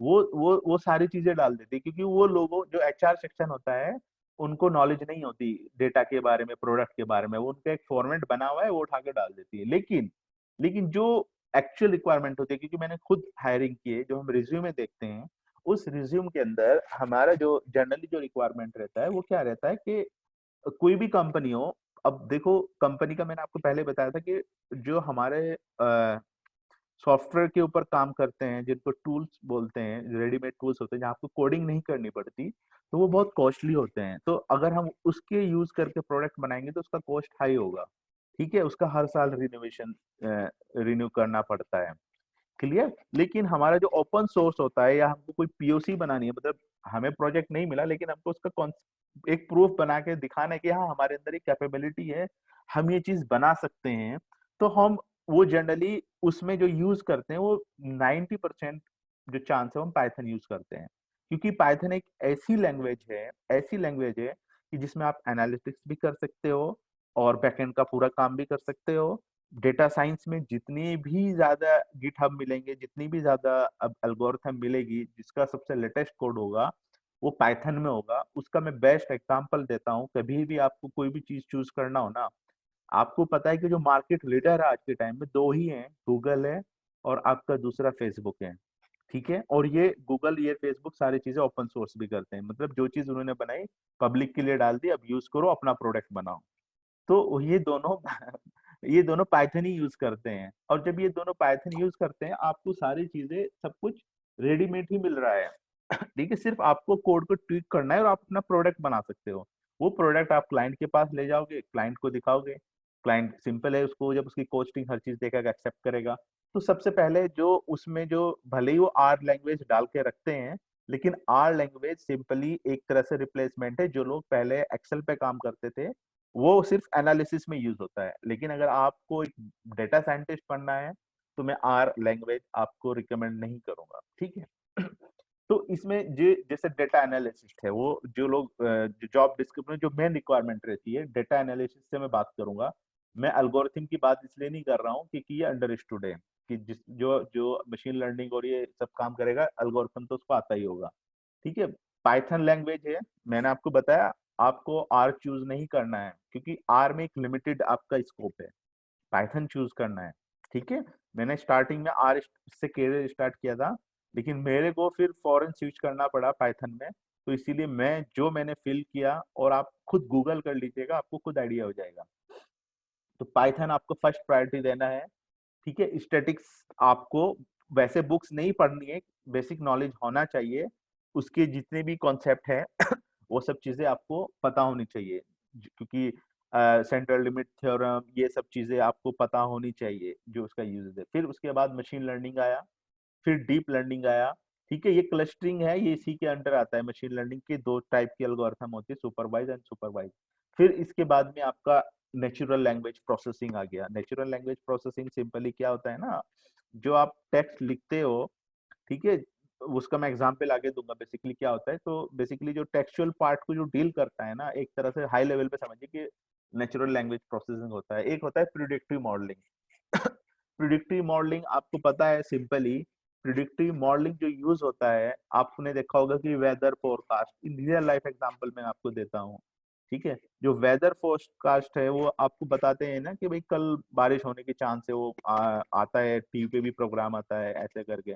तो बेसिकली वो आपका हिस्टोरिकल डेटा के बेस पे आपका फ्यूचर के बारे में प्रिडिक्शन करके बताते हैं। जो कंपनी अपनी मार्केट वैल्यू, ब्रांड वैल्यू, ये सब चीज करने के लिए कराती है, प्लस अगर मैं कोई प्रोडक्ट लॉन्च कर रहा हूँ, मैं कितना इन्वेस्टमेंट में इस पे कर रहा हूँ, तो मेरे को कितना और वो मार्केट में जाकर रिवेन्यू जनरेट होगा। तो वो सब चीजें पहले कैलकुलेशन करके फिर ही मार्केट में वो चीजें लेके आती है। अदरवाइज अगर मैंने बोल दिया कि वो तुम्हारा प्रोडक्ट फ्लॉप हो जाएगा, तो वो क्यों बनाएगा? ठीक है नहीं, कोई किसी के पास इतना टाइम नहीं है कि जो फालतू में इन्वेस्ट करे। तो उनकी जो प्रिडिक्शन रहती है बहुत जबरदस्त रहती है और बहुत एक्यूरेट रहती है। 90 अबव रहती है। मतलब अगर आपने 100 प्रोडक्ट लॉन्च करे, तो उसमें से 90 के चांस है कि वो सक्सेसफुल होगी। देखो फेलियर भी है, 100% तो कोई भी काम नहीं होता, लेकिन आपको 90% जो चांस सक्सेस मिल रहा है, 10% तो फिर कोई नहीं है ना उसमें। तो ये सब प्रिडिक्टिव मॉडलिंग हो गया। और ये जितनी भी सब चीजें देख रहे हैं ना, वो इतना लिखा रहता है, टेंसर वेंसर फ्रो साइकिट लर्न केरास, ये वो CNN, ये सब आप ये सब चीजें जब कवर कर लोगे, ये सब टेक्निकें हैं जो इसके अंदर यूज होती हैं। ठीक है, तो इसमें इतना कुछ जानने की जरूरत नहीं है। हमेशा अगर कुछ पेन है तो उसको नोट कर लेना कि ये चीज सीखनी है, सब इसके अंदर आ जाएगी। पाइथन के साथ में, पाइथन क्या एक लैंग्वेज है, उसके साथ में ये सब एल्गोरिथम, ये सब चीजें आपको सीखनी है। अच्छा जी, अब आप बताइए कि आपका डिग्री लेवल क्या होता है। मतलब मैं ये जो डेटा है 365 डेटा साइंस, मतलब जो एक कंपनी है जो इस चीज के ऊपर R&D करती है। मैं पहले ही बोल चुका हूँ, ये लोग जो R&D करती हैं वो बहुत अमेरिकन बाई हाई लेवल की कंपनी करती है, हमारे इंडिया की काउंट नहीं करती। क्योंकि इंडिया में अगर देखा जाए तो जॉब है US के बाद में सेकंड नंबर इंडिया है IT के अंदर। ठीक है, इवन बैंगलोर को आपको पता है सेकंड सिलिकॉन वैली बोला जाता है। तो यहाँ पे अगर आप डिग्री की बात करें, अगर मैं सिंपली जो स्मॉल कंपनी है जिसमें अप टू 100 जो एम्प्लॉय हैं, तो उसमें बेसिकली जो ज्यादा जो उनका जो मतलब मेन फोकस रहता है वो मिडिल लैंग्वेज वाला रहता, मतलब मिडिल एजुकेशन वाला किसको बोलते हैं? एक PhD होल्डर होता है, एक बीटेक होता है, ग्रेजुएशन जिसको बोलते हैं। मतलब बीटेक नहीं, मैं ग्रेजुएशन बोल रहा हूँ, आप BSc के भी स्टूडेंट हो या कोई भी हो। ठीक है, और एक मास्टर वाला रहता है। तो उनका थोड़ा, क्योंकि जो स्मॉल कंपनी है वो ये नहीं, मतलब उनका बेसिकली टारगेट ये रहता है कि जो इन जनरल कोई लीड करने वाला जो हो वो एक ऐसा बंदा हो कि उसको उसके ऊपर हमें कोई हायर ना करना पड़े, क्योंकि उनका बजट इतना ज्यादा नहीं रहता है कि वो उस चीज को मैनेज कर सके। ऐसा नहीं है कि उसमें बैचलर नहीं है। अगर आप रियल लाइफ में जो मैंने एनालिसिस किया है, जो स्टार्टअप होता है, क्योंकि उनको उनके पास इतना पैसा नहीं है कि वो आप लोगों को एकदम से ट्रेनिंग दे के फिर आपको सिखाएं। वो चाहते हैं कि एक ऐसा आदमी हो जो काम को जो है एज इट इज उसको आगे लेके चल सके। तो उसमें ज्यादा प्रायोरिटी मास्टर लेवल का मतलब यहाँ पे इन सेकंड में आप ये भी बोल सकते हो कि जिसने बीटेक किया हुआ है प्लस उसको थोड़ा सा एक्सपीरियंस है, 1 साल 2 साल का, और मास्टर लेवल के पास भी मतलब एक्सपीरियंस है। आपका एजुकेशन सिर्फ ग्रेजुएशन एजुकेशन सफिशिएंट है। आप ग्रेजुएशन के बाद में सीख लीजिए, किसी ने मास्टर के बाद में सीखा, दोनों को सेम ही ट्रीटमेंट मिलेगा। कोई डिफरेंस नहीं है, मैं बता रहा हूँ आपको। सिर्फ आपके नॉलेज का डिफरेंस, अगर नॉलेज आपको ज्यादा है तो मास्टर वाला भी आपके नीचे का अंडर में काम करेगा। ठीक है, नेक्स्ट आपका जो मीडियम लेवल कंपनी है, तो उसमें बैचलर को ज्यादा देती है, क्योंकि आपको पता है ना कैंपस प्लेसमेंट होते हैं, वो बच्चों को ट्रेनिंग देते हैं। इवन वो ये भी नहीं देखते ये सिविल का या कंप्यूटर साइंस का, वो देखते हैं कि इसका बच्चे का माइंड कैसा है। मैं खुद हायरिंग के लिए गया हूँ इतनी बार, तो हम सिर्फ जो कॉन्सेप्ट है, जो लॉजिकल चीजें वो पूछते हैं। हम तो उससे ये भी नहीं पूछते कि तू C के बारे में बता या किसी और चीज के बारे में बता। सिर्फ उसके साथ कन्वर्सेशन करके हम ये जानने की कोशिश करते हैं कि हाँ ये बच्चा, अगर हम इसको फ्यूचर में ट्रेनिंग देंगे, जैसे ज्वाइन करेगा, तो वो सीख भी पाएगा नहीं। वो किसी भी ब्रांच को, हमें कुछ भी उससे कोई ये नहीं पूछते कि भाई तू किसका है किसका नहीं। बहुत जो बेसिक चीजें होती हैं वो पूछनी रहती हैं। ठीक है, बिग लेवल कंपनी में फिर वही कॉन्सेप्ट है। लेकिन ये जो डेटा है ये US का है, और हमारे यहाँ का थोड़ा ट्रेंड अलग है। हमारे यहाँ अगर आप कंपनीज वगैरह में जाके देखोगे, तो उसमें ज्यादा जो वेटेज है वो इन जनरल ज्यादा हाई एजुकेटेड लोगों को नहीं देते, क्योंकि उसमें जो जॉब्स हैं वो ज्यादातर R&D रिलेटेड जॉब रहती है। जैसे मैं था, मेरा जो काम डेवलपमेंट का था प्लस R&D से रिलेटेड था, इसीलिए मेरे को हमेशा लैब के रिसर्च लैब के अंदर मैंने काम किया। तो एक जनरली डेमोग्राफिक आप अपने माइंड से निकाल दीजिएगा कि आप अगर आज बीटेक हो, तो आपको सिर्फ और सिर्फ थोड़ा सा अपने आप को मेकअप करना है, और आपको, मुझे उम्मीद है आपको बहुत अच्छा जॉब मिलेगा। ठीक है, अभी आपका आया कि वर्क एक्सपीरियंस का डिस्ट्रीब्यूशन क्या है आपका। अगर आप वर्क एक्सपीरियंस का डिस्ट्रीब्यूशन है, मैंने आपको पहले ही बताया था कि जो स्टार्टअप है उस बेसिकली स्टार्टअप कुछ तो ऐसे होते हैं कि जो बहुत कम पे पे लोगों को काम कर लेते हैं, तो वो हायर कर लेते हैं। मैं उनकी बात नहीं कर रहा हूँ, मैं एक थोड़ा सा एक स्टैंडर्ड ऊपर लेके जा रहा हूँ। स्टार्टअप भी एक बहुत अच्छी कंपनी होती है। स्टार्टअप का मतलब बस ये होता है कि उसने अभी शुरू किया है। तो उनका जो बेसिकली थिंकिंग यही होती है कि हमें ऐसा काम करने वाला बंदा मिले जो हमारी टीम को लीड कर सके। उनकी फर्स्ट प्रायोरिटी ये रहती है, ठीक है। तो वहां पे वो थोड़ा सा उनकी एक्सपेक्टेशन रहती है कि हमारा जो मतलब एक्सपीरियंस है, उन्होंने ये 7, यहाँ पे अगर आप देखो 7.5 है, लेकिन ये इतना नंबर इतना बड़ा हाई नहीं होता है। तो 7.5 बहुत ज्यादा एक्सपीरियंस होता है। और आपको रियलिटी बता दूं, आप कभी भी किसी प्रोजेक्ट पे काम करोगे तो आप, अगर एक आदमी पिछले 10 साल से सेम काम कर रहा है, अगर उसने अलग अलग काम किया तो ठीक है। अगर वो 10 साल से एक ही प्रोजेक्ट पे एक जैसा काम कर रहा है और आपने वो चीजें 6 मंथ में, आप उसका लेवल उसके बराबर हो जाएगा, क्योंकि सीखने के लिए 6 मंथ सफिशिएंट होते हैं। लेकिन मैं प्रॉमिस करता हूँ एज ए डेटा साइंटिस्ट, आपको कभी ऐसा कभी काम मिलेगा नहीं। आपको एक प्रोजेक्ट काम किया तो दूसरा उसके अपोजिट मिलेगा। मतलब आपको लगातार एज ए अपना आपको हमेशा प्रिपेयर करना है, और बहुत ज्यादा मतलब उसके लिए पढ़ना पड़ता है, क्योंकि वो कोई भी काम आपको इतना इजीली नहीं देंगे। क्योंकि इजी काम होता तो वो खुद कर लेंगे, इसीलिए आपको प्रायोरिटी देंगे, आपका सैलरी पैकेज और लोगों से हाई रखेंगे। तो थोड़ा जो स्मॉल कंपनीज है उनमें इनकी एक्सपेक्टेशन रहती है कि सामने वाले को मतलब परफेक्ट हो वो, मतलब 7.5 नहीं, उसको 2 ईयर का भी एक्सपीरियंस है या 1 ईयर का भी है, तो उनका इनडायरेक्ट इंटेंशन ये रहता है कि परफेक्ट हो। क्योंकि 7 ईयर मीन्स क्या रहता है कि उनको बहुत ज्यादा फिर, क्योंकि मैं एक और चीज बता दूं कि जब हम किसी जॉब को अपलोड डालते हैं, सपोज naukri.com या monster पे डाला, तो वो हमको उसके रिटर्न में हम एक अपना टारगेट ग्रुप बताते, तो फिर हम रिज्यूम देते हैं, तो पर रिज्यूम को वो लोग पैसा लेते हैं, ठीक है। तो वो ऐसे ही रिज्यूम पहले ही टारगेट करेंगे कि जिससे उनको बहुत ज्यादा रिज्यूम को सर्च ना करना पड़े और फिर उसमें सिलेक्ट ना करना पड़े, क्योंकि वो भी टाइम टेकिंग होता है ना। तो 7 ईयर वो देखेंगे हाँ यार, पता है 7 ईयर कुछ तो काम किया होगा, बस ये मेन रहता है, ठीक है। फिर मीडियम कंपनी में आपको पता है, मीडियम में तो जब ओपनिंग होती है वो बल्क में उठाती है, ठीक है ना। तो ये एक ट्रेंड है, मतलब ऐसा कोई फिक्स, मैं आपसे यही रिक्वेस्ट कर रहा हूँ कि कभी भी अपने माइंड में ये मत सोचना कि आपके पास में एक्सपीरियंस नहीं है। एक्सपीरियंस कोई नहीं एक्चुअली पूछता, इनडायरेक्ट वे में वो यही चाहते हैं कि हाँ आपको नॉलेज है या नहीं है।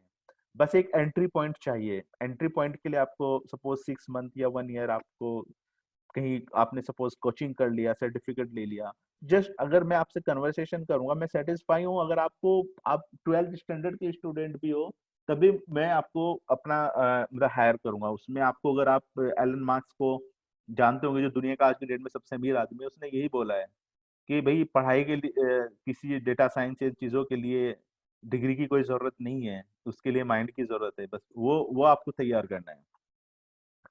और यहाँ पे ये एक छोटी सी केस स्टडी है, अगर आप देखोगे, ये 1170 1170 जॉब्स हैं, ठीक है।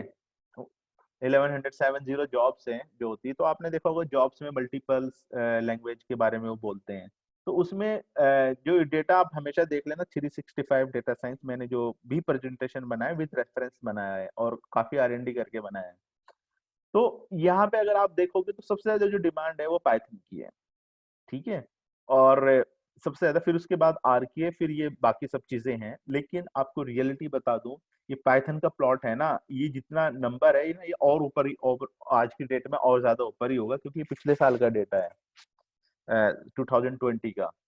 तो इसीलिए मैं आपको रिकमेंड कर रहा हूँ, आप विदाउट अपना टाइम वेस्ट किए, अगर कोई आर कर रहा है तो बहुत अच्छा है। देखो कैरियर सब में, मैं किसी को बुरा नहीं कह रहा हूँ। अगर आपको डेटा साइंस में जाना है, हर के लिए मैंने बताया था, अगर एनालिटिक्स है तो आर सही है, स्क्यूएल का अपना अलग फील्ड है। स्क्यूएल वाला डेटा साइंस नहीं बन सकता, डेटा साइंटिस्ट नहीं बन सकता। ये सब चीजें, स्क्यूएल हो गया, ये सब चीजें तो मतलब आती हैं आदमी को, या सीख ही लेता है बाद में, ठीक है। लेकिन अगर आपके पास में जरूरत है और जॉब करनी है, अगले 6 मंथ में आपको टारगेट बनाया, तो आपको क्या चूज करना है, उसके लिए मेरा एक रिकमेंडेशन है कि मैं सिर्फ और सिर्फ पाइथन ही रिकमेंड करूंगा, ना कि आर करूंगा, ठीक है। तो अभी मैंने जितना जो मैंने पॉइंट कवर किया, मैंने आपको पहले डेटा साइंस के एक बारे में आपको बताया कि बेसिकली कैसे क्या डेटा साइंस नेट होता नहीं है। चल रहा मेरा। Sorry, hello. तो ये हमारे डेटा साइंस का रियल वर्ल्ड एप्लीकेशन है, आपका कैसे, मतलब आप डेली यूज करते हो वो चीजें, ठीक है। मैं थोड़ा सा बस उसके बारे में कवर अप करता हूँ। जैसे आपका है कि आपका ईमेल ईमेल फिल्टरिंग है, बहुत देखा होगा ना आपने, अपना जीमेल वगैरह ओपन करते हो सबके पास में है, तो वो अलग अलग उसमें डाल देता है कि कुछ आपका वो ऑप्शन आता है कि जो आपके मेन ईमेल है, कुछ दूसरा उसका ऑप्शंस होता है जिसमें ऐड वगैरह आते हैं, ऐसे कुछ करके ये सब चीज आती है। और कुछ स्पैम होते हैं जो मतलब आप अगर आप देखोगे ना, स्पैम का एक फोल्डर होगा जो मतलब ऐसे ही फालतू के ईमेल होते हैं जिनका आपसे कोई लेना देना नहीं होता, तो वो ऑटोमेटिकली उनको फिल्टर कर देता है। तो इसमें जनरली एनएलपी का ज्यादा यूज होता है। ठीक है, अब दूसरा है मेरा ऑटो कंप्लीशन। ऑटो कंप्लीशन आप अगर आप गूगल करते हो, तो मैंने यहाँ पे इसीलिए स्क्रीनशॉट लिया, तो जैसे आप इतना वर्ड डालोगे तो आपको बहुत सारी चीजें ये सजेस्ट करने लगेगा, WE है, तो अगला वर्ड आपको वो प्रिडिक्ट करके बताएगा कि सर आप शायद ये वर्ड डालना चाहते हैं, तो आप इसको करके कोई भी सिलेक्ट कर लोगे, ऐसा मतलब आप अभी यूज करके देख लो, आपको अभी वो सजेस्ट कर देगा। तो ये क्या है, ये भी आपका डेटा साइंस का एप्लीकेशन है। ठीक है, ये सिर्फ गूगल में नहीं है, आप हर जगह इसको इम्प्लीमेंट करोगे। किसी भी वेबसाइट पे कोई यूजर कुछ सर्च करेगा तो आप उसको एक लिस्ट सजेस्ट करोगे कि जिससे यूजर का टाइम बच सके। आपका काम वही है। अब टाइम भी तो एक तरह से मनी है। अगर मैं कोई चीज किसी को अपना कंपनी में जाता हूँ, मैं अपना टाइम दे रहा हूँ तो पैसा मिल रहा है ना। तो जब मेरे पास कोई आएगा तो मैं उसका टाइम सेव करूंगा ना, फौरन से मैं उसको आंसर दे दूंगा। ठीक है, तो इसीलिए ये सब पूरा डेटा साइंस का, ये सिर्फ गूगल में नहीं हर जगह आपका यूज होता है। जब आप इंडस्ट्री में जाओगे कर रहे होंगे तो आप खुद पता होगा कि कैसे सर्च बनाते हैं। ठीक है, इसमें दूसरे क्या आपका चैटबॉट है। चैटबॉट सिंपली आपको पता है, जब कोई भी अच्छी वेबसाइट खोलते हो, सपोज रेलवे का मैं एग्जांपल दे रहा हूँ क्योंकि हम इंडियंस लोग रेलवे लाइन साइट ओपन करते हैं, या अमेजन हो गया, फ्लिपकार्ट हो गया तो उसमें एक पॉपअप आता है जो आपसे डायरेक्ट कम्युनिकेट करता है और आपकी प्रॉब्लम को सॉल्व करता है। ठीक है, तो ये जो चैटबॉट होता है, ये इसमें पूरा आपका एनएलपी का कॉन्सेप्ट होता है। इसका अगर ये देखोगे तो इस तरह से आता है ना, आपको मैं हेल्प यू, आप कुछ अपना क्वेरी डालोगे, फिर आपको सिलेक्ट करोगे कि किस कैटेगरी में। ठीक है, तो वहां पे क्या है, आप अगर आप देखो पहले क्या थे, बहुत बड़ी कस्टमर केयर टीम होती थी। अब उन्होंने क्या किया, इतने लोगों को इतना सैलरी देते हैं, हम एक चैटबॉट बिठा देते हैं, जब सेटअप कर देते हैं, और जो 24/7 काम करेगा और आपको इंसेंटिव के बारे में भी नहीं बोलेगा, एक बार इन्वेस्टमेंट करो। तो वो जो लोगों का जो डेटा था, पिछला हिस्टोरिकल डेटा, उन लोगों ने उस डेटा को ट्रेंड किया। उन्हें उन्होंने पहले क्वेश्चन आइडेंटिफाई करे कि जब रेलवे पे आता है तो लोग, जनता क्या क्या क्वेश्चन पूछते हैं और क्या क्या उनके आंसर होने चाहिए। तो वो जैसे ही आप कोई क्वेरी डालोगे तो वो आपको उसको सबसे पहले उसको कैटेगराइज करेगा कि ये इस चीज के बारे में बात कर रहा है, तो उससे रिलेटेड फिर वो आपको आंसर देगा। फिर आपको आंसर, डायरेक्ट आंसर देना या ऑप्शन देने, सपोज आपने बोला टिकट बुक करना है, तो वो सबसे पहले आपको क्या सजेस्ट करेगा, डेट सजेस्ट करेगा कि किस डेट का। आपने डेट सजेस्ट करी, फिर आपको बोलेगा कि डेस्टिनेशन कहाँ से कहाँ का, फ्रॉम टू वेयर, तो दोनों चीजें सेलेक्ट करी। ठीक है, फिर आपको ट्रेन के बारे में पूछेगा कि भाई, एक प्रोसेस होता है ना किसी चीज को सिलेक्ट करने का, डायरेक्ट ऐसा तो नहीं आप ट्रेन सेलेक्ट कर लोगे, ये एक प्रोसेस होता है। तो फिर उसके बारे में आपको बताएगा कि आपका कितना सीट है, फिर आपको बताएगा फाइनली कि हाँ भाई ठीक है, इस डेट में ये टिकट फला बर्थ आपको मिल जाएगी। उसके बाद वो आपको आप अपना जो भी ट्रांजेक्शन है वो फेस करके फिर वापस आपको ईमेल करके ऑटोमेटिकली सारा काम हो जाएगा। ठीक है, अगर उससे पहले नहीं था तो मैं एक आदमी उधर बैठता, वो टाइप करता, हर आदमी 1 to 1 एक दूसरे को डील कर रहा है, कितनी बड़ी हमको मतलब लोगों की रिक्वायरमेंट होती। अब और फिर उनका टाइमिंग शिफ्टिंग अलग होता, क्योंकि हमें तो रेलवे तो 24 आवर्स into 7 चलता है। तो इतना बड़ा मैनेजमेंट, कितना उसका रेवेन्यू होता, कितना मतलब वो कितना उनको सॉरी इन्वेस्टमेंट होता, तो वो कैसे वो डील करे। तो उन्होंने सिंपल ये चैट बॉट है ये बैठा दिया, और ये 24/7 काम कर रहा है, विदाउट एनी डिले कर रहा है, इवन इंसेंटिव भी नहीं मांगेगा।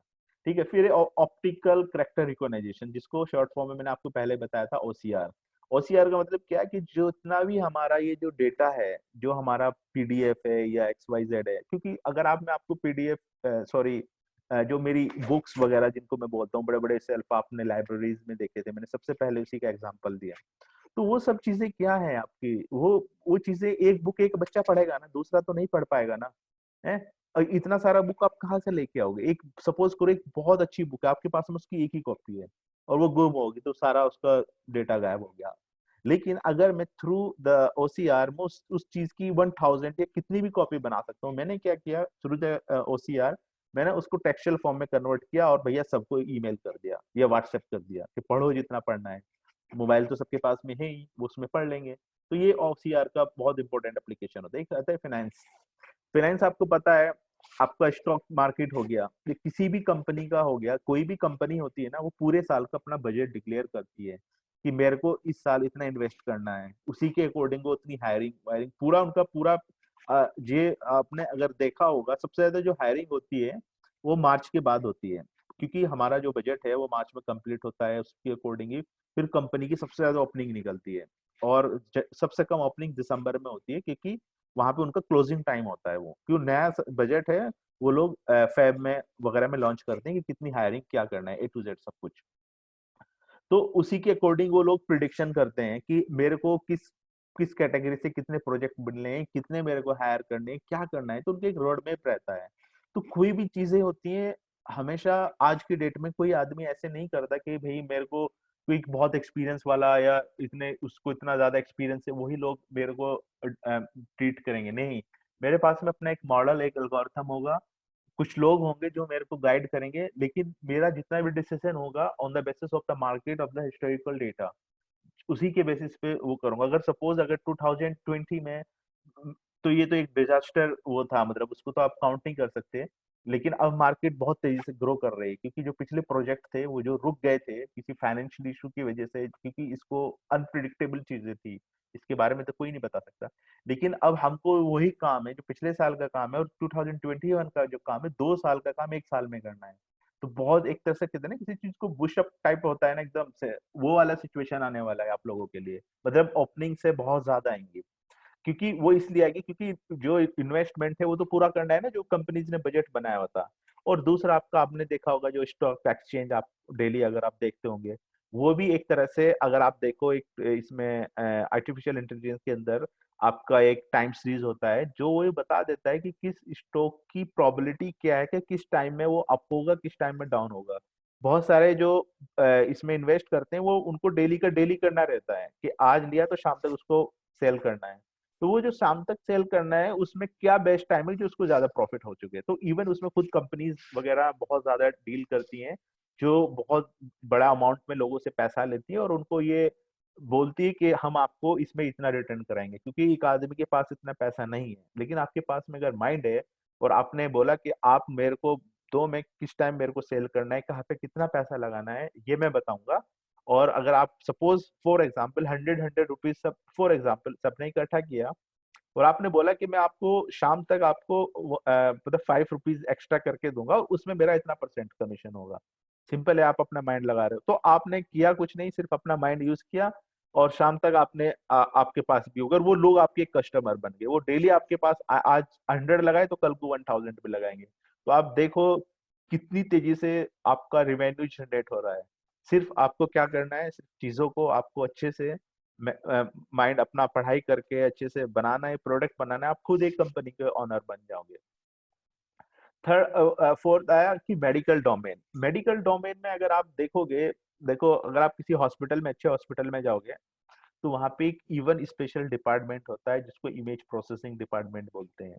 अगर किसी आदमी का कुछ एक्सरे वगैरह जो बड़े होते हैं ना, वो सब चीजें होती हैं, वो सब आज की डेट में जितना भी, जो पहले सेंसर वेंसर थे, लेकिन सब चीजें डिजिटलाइज हो गई। आप डॉक्टर के पास जाओगे ना, इवन अभी कोरोना चल रहा है, वो एक मशीन होती है ना, वो आपको टच करती है, वो आपका टेम्परेचर डिटेक्ट कर लेती है, वो सब चीजें कर लेती हैं।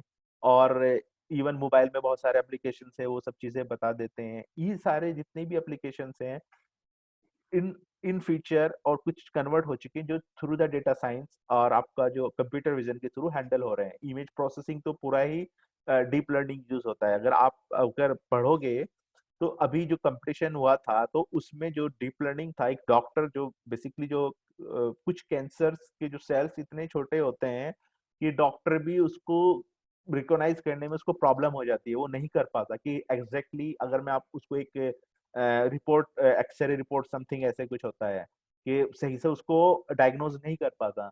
लेकिन वही चीज through the CNN conventional neural network के थ्रू वो चीज, उसने वो चीज आइडेंटिफाई कर ली कि जिसका जो स्ट्रक्चर है वो इस तरह का है कि वो उसको एक इनिशियल स्टेज में कि वो उसमें कन्वर्ट हो सकता है। तो अगर आपको उस प्रीमियरी स्टेज पे ये पता चल गया तो आप कितनी लोगों की लाइफ सेव कर सकते हो। तो ये सब चीजें कंप्यूटर साइंस, ये मत समझना अगर आप डेटा साइंटिस्ट हो या ये सब पढ़ ले कि इसका एक अपना अलग डोमेन, जैसे फिजिक्स का नहीं, आप मेडिकल डोमेन में भी जा रहे हो, इवन आप फिजिक्स वालों के लिए सॉफ्टवेयर बना रहे हो, केमिस्ट्री वालों के बना रहे हो, और सब मतलब हर जगह आप लोगों का, मेडिकल हो गया, हेल्थ हो गया, हर जगह आपका रोल है। अभी ये कोरोना चल रहा है, जो कोरोना का मैं आपको बेस्ट एग्जांपल देता हूँ। कोरोना का जो सबसे बड़ा प्रॉब्लम क्या था कि इसका पैटर्न नहीं मिल रहा था। पैटर्न क्या होता है, मान ले ए से लेके जेड तक आपके पास में वो है, एक सीरीज में आपके पास में कोई स्ट्रिंग नहीं है। स्ट्रिंग मतलब ए के बाद बी आ रहा है, बी के बाद के आ रहा है, ऐसे ऐसे करके। सपोज ये कोरोना की एक सीरीज बनी हुई है, तो इसमें एक पर्टिकुलर पैटर्न ये है कि आपको मिला कि ए के बाद के मिला, के बाद एम मिला, एम के बाद सी मिला। और ये पैटर्न इतना बड़ा होता है कि सपोज आप जैसे मुंबई से लेके आप चले गए पुणे चले गए फॉर एग्जाम्पल, इतनी बड़ी एक सीरीज है। अब इसे डॉक्टर लोग अगर वैसा आपको मैं दिखाऊं, वो कैसे बताएगा? तो एआई का जो कॉन्सेप्ट में यूज हुआ, तो लोगों ने उसको बहुत टाइम लगा, वो बार बार यही बोल रहे थे कि इसका अपना पैटर्न नहीं, चेंज करता रहता है अपनी स्टेज।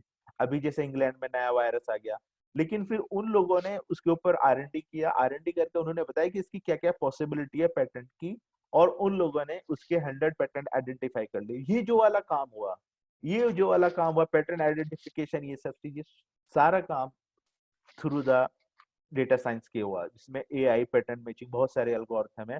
फिर उन लोगों ने उस चीज को डेवलप किया कि हाँ, अगर ये पैटर्न है, हम इसको ऐसे यहाँ से ब्रेक करेंगे, ये पैटर्न है, ये करेंगे, ये करेंगे। इसीलिए जो नया स्ट्रेंड आया, उसको भी उन्होंने बोला कि हाँ, ये इसके ऊपर काम करेगा। हाँ, अगर कोई अलग से पैटर्न आ गया, उसके लिए फिर उसको आइडेंटिफाई करना पड़ेगा। तो इसलिए इसका बहुत बड़ा एप्लीकेशन है मेडिकल डोमेन में। रोबोटिक्स का आपको पता ही है कि रोबोटिक्स में अगर आप मैकेनिकल इंजीनियर की 10 साल पहले जॉब ट्रेंड देखोगे, आज देखोगे, अगर यहाँ पे कोई टीचर्स भी होगा, वो खुद इस चीज को रियलाइज करेगा कि आज की डेट में उसकी प्लेसमेंट कितनी डाउन जा रही है।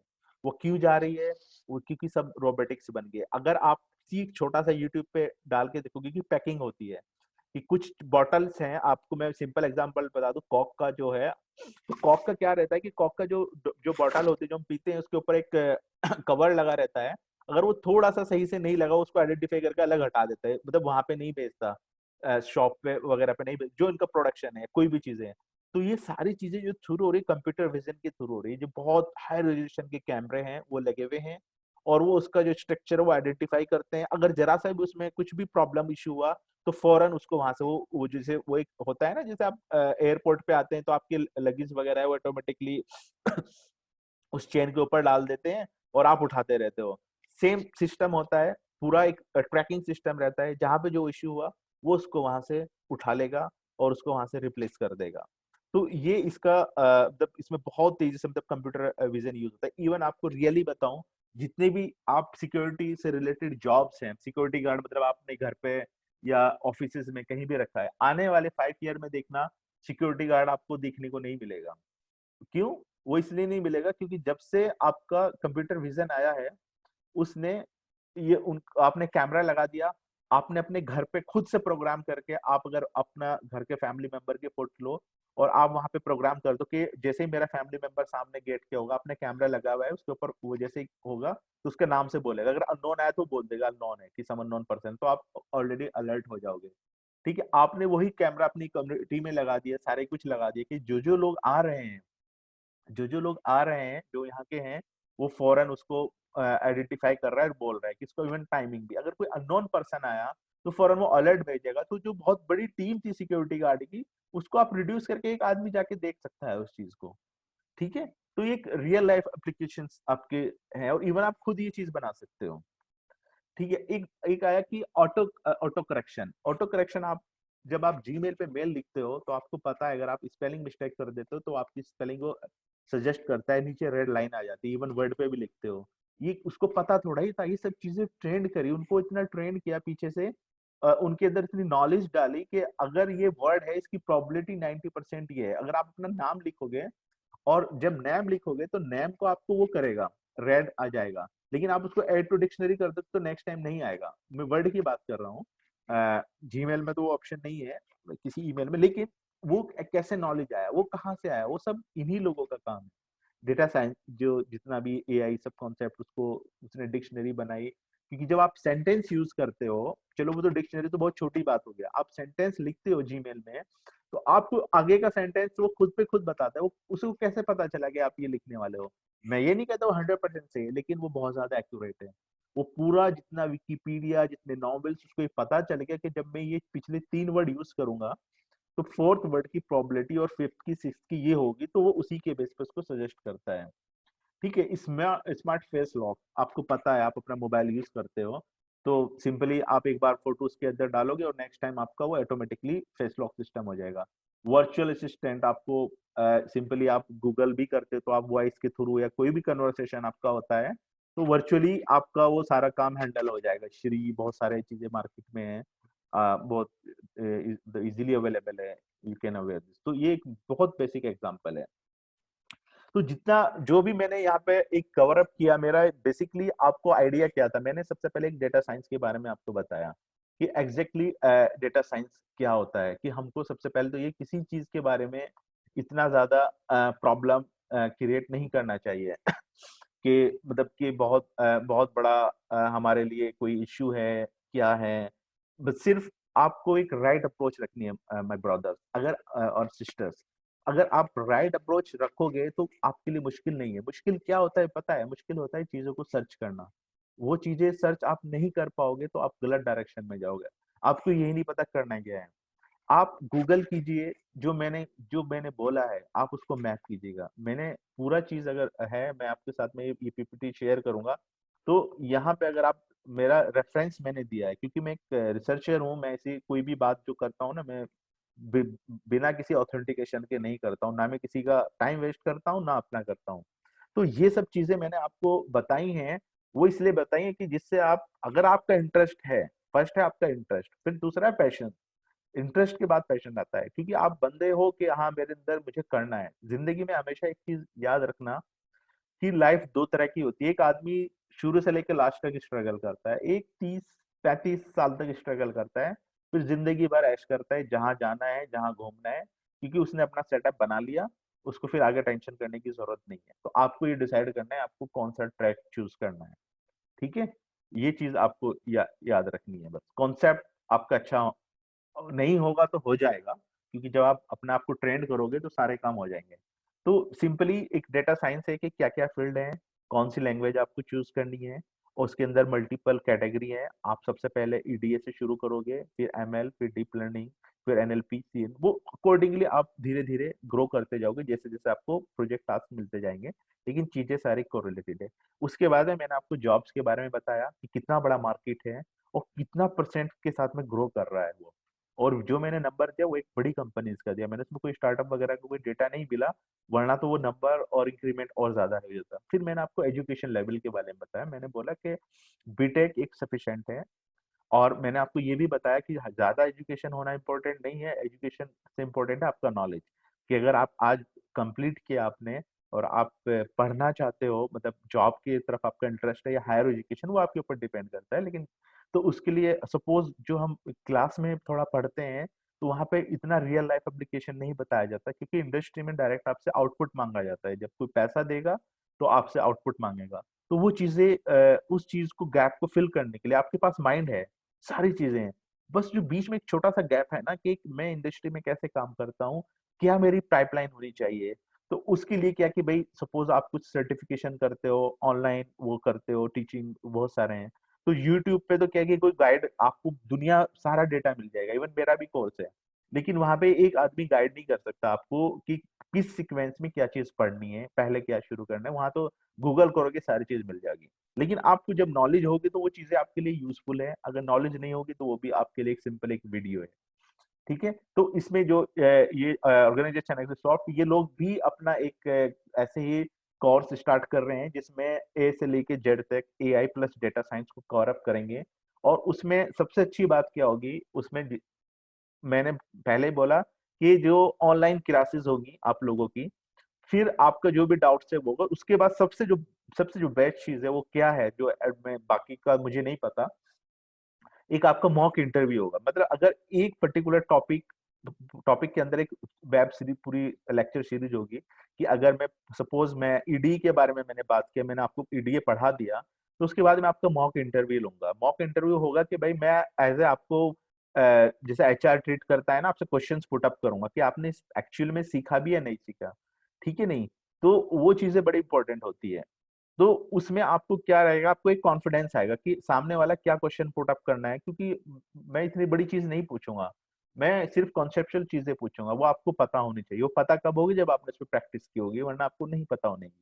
ठीक है, उसके बाद वही आपका जो टेस्ट है, मतलब we treat like a student, कि इसको हमें प्रिपेयर करना है। हमें कोई 1000 या 2000 या किसी का इतना लंबा कोई हमें इंटरेस्ट नहीं है। हमें ये, अगर हमारा मतलब जितना भी जाए, हमको उसको प्लेस करना है एक अच्छी जगह, क्योंकि आप ही हमारा एक प्रोडक्ट हो। ठीक है नहीं, वही जो भी इसमें पार्टिसिपेट करेगा वही हमारा प्रोडक्ट होगा। हमें हमें उन लोगों को ही चाहिए जो लोग रियली, जिनके अंदर पैशन हो, जिनको सीखने का इंटरेस्ट हो, वो लोग चाहिए। और प्लस जैसे 40 to 60 आवर प्रोग्राम्स हैं, मतलब वीकली में डिवाइड होगा, ऐसा नहीं है। दूसरा क्या कि जितना वीकली में डिवाइड होगा, उसका जो भी है, आपको पूरा एक सेटअप इन्वायरमेंट आपके सिस्टम पे भी किया जाएगा, वो हम लोग कराएंगे पूरा। इसलिए आपको गाइड करेंगे, मतलब उसके लिए सिंपल है कि अगर प्रोग्रामिंग की बात करो तो आपके पास में लैपटॉप होना मस्ट है। अगर लैपटॉप बहुत हाई कॉन्फ़िगरेशन का नहीं है तो हम ऑनलाइन गूगल कॉलैब है, तो उसके थ्रू भी आपकी हेल्प करके वहाँ पे सेटअप करा देंगे, लेकिन इंटरनेट वगैरह का थोड़ा होना मैंडेटरी है। ठीक है नहीं, और जो भी कोर्स फी वगैरह है, जो इसमें जो है वो मैं उसका लिंक प्रोवाइड करूंगा, तो वहाँ पे आपको अगर कोई क्वेरी है, आप डायरेक्ट उन लोगों से पूछ सकते हो। ठीक है नहीं, लेकिन इसका बेस्ट वे यही है, क्योंकि आपको देखो, मैं किसी टीचर को या किसी को भी ब्लेम नहीं कर रहा हूँ, लेकिन जो मैं स्टूडेंट रहा हूँ, उन्हीं टीचर्स की वजह से मैं यहाँ पहुंचा हूँ, अपने टीचर्स की वजह से। लेकिन जो हमारा एक्चुअली जो क्लास या जो हम कॉलेज पास आउट जो स्टूडेंट होते हैं या जॉब भी करते रहते हैं, हमें प्रॉब्लम क्या आती है, हमें गाइडेंस की सबसे बड़ी प्रॉब्लम रहती है। हमारे पास सॉल्यूशन बहुत है, लेकिन उस सॉल्यूशन को कहाँ से शुरू करना है वो ज्यादा इंपॉर्टेंट है, वो गाइडेंस की जरूरत रहती है। तो उस एक हम आपको सॉल्यूशन प्रोवाइड करेंगे, एक गाइडेंस प्रोवाइड करेंगे, प्लस आपको ये बताएंगे कहाँ पे आपको किस तरह से अप्रोच करना है। मतलब मोस्ट प्रॉब्ली हमारा मेन टारगेट ही रहेगा, जो भी हमारे से कांटेक्ट करे, जो भी हमारी सर्विस ले, उसका एट द एंड हमारा अपना एक बहुत ज्यादा पर्सनल इंटरेस्ट रहेगा कि वो प्लेस हो जाए। क्योंकि हमें नेक्स्ट टाइम जब लोगों को बताना है, हमको फिर बहुत ज्यादा चीजें नहीं बतानी है, हम जाके कहेंगे कि ये हमारे प्रोडक्ट हैं, आप एक बार उनसे पूछ लीजिएगा वो कैसे हैं, क्या है। तो ये एक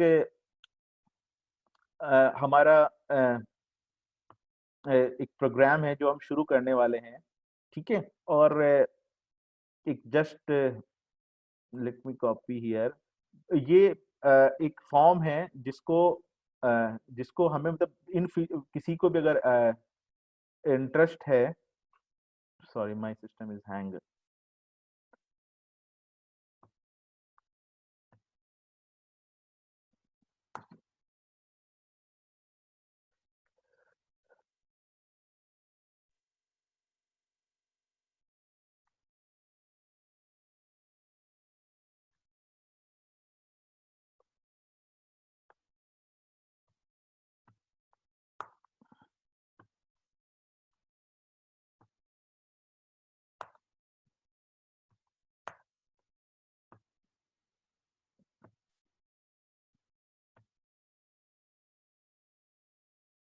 तो ये जस्ट एक इंक्वायरी फॉर्म है, अगर जिन लोगों का इंटरेस्ट हो इसमें, तो वो लोग यहाँ पे अपना इंटरेस्ट कर सकते हैं। ये मैंने यहाँ पे किया, और ये ऑलरेडी चैट में भी डाल दिया है, तो वो इंक्वायरी कर सकते हैं। और वैसे आपको मोस्ट वेलकम, मैं अब आपको दिखा दूं, क्योंकि हम मैं इसलिए, क्योंकि जिसने मेरे लोगों ने मेरे से कांटेक्ट किया, उन लोगों ने खुद मेरा अपना यूट्यूब चैनल और सब चीजें देखी, उसके बाद में कांटेक्ट किया। क्योंकि मैं तो इंडिया में नहीं रहता हूँ, मैं क्लियर बता दूं, लेकिन मैंने जो अपना कोर्स स्टार्ट किया वो मैंने अपनी नॉर्मल लैंग्वेज में स्टार्ट किया।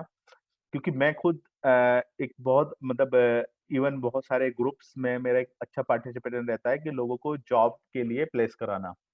मतलब मैं खुद एक जॉब करता हूँ, लेकिन मेरा एक अपना पर्सनल इंटरेस्ट है कि जो भी नए स्टूडेंट्स हैं वो ज्यादा से ज्यादा प्लेस हो। तो एक बहुत बड़ा एचआर के साथ में हमने मिलके एक ग्रुप बनाया, जिससे कि बच्चों तक वो चीजें इजीली पहुंच सके।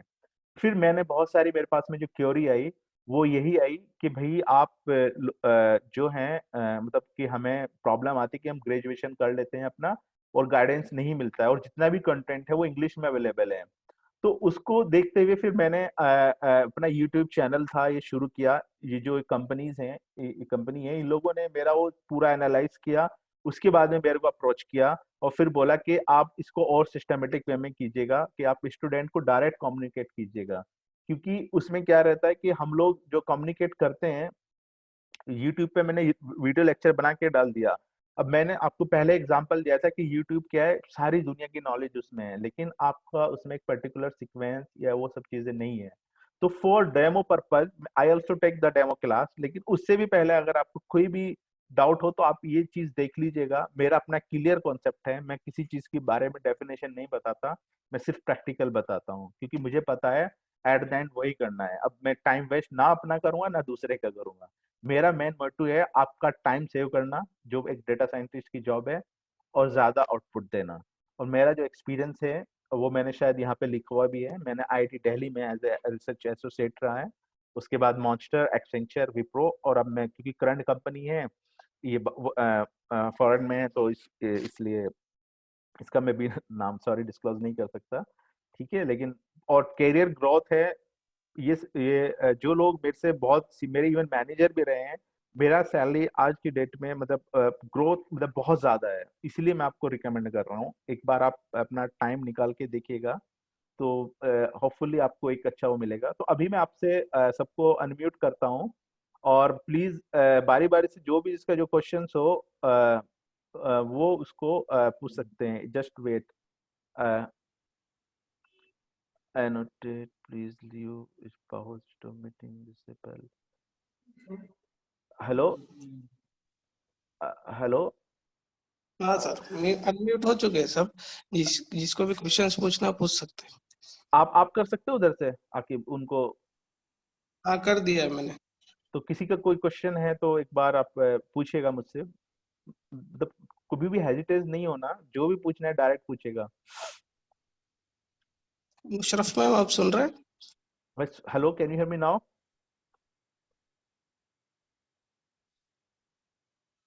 Hello, hello, any? एक मिनट, एक minute. Hmm.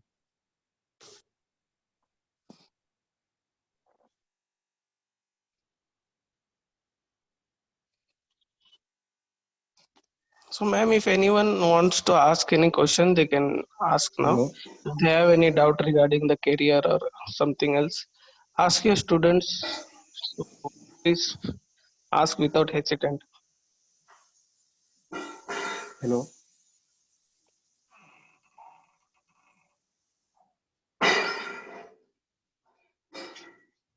Hello. Can you hear me, sir? Hello. Agar you can ask question. या तो सर मेरा क्वेश्चन ये था कि मेरा एक्सपीरियंस जावास्क्रिप्ट में है, 4 साल का एक्सपीरियंस है जावास्क्रिप्ट में। तो मुझे मतलब डेटा साइंस और एआई शुरू करने के लिए जावास्क्रिप्ट का एक्सपीरियंस कुछ बेनिफिट करेगा या मुझे बेसिक से स्टार्ट करना पड़ेगा? और पाइथन के, और एक दूसरा क्वेश्चन ये था कि पाइथन के अल्टरनेट अगर जावास्क्रिप्ट में भी अप्रोच कर सकते हैं क्या डेटा साइंस को?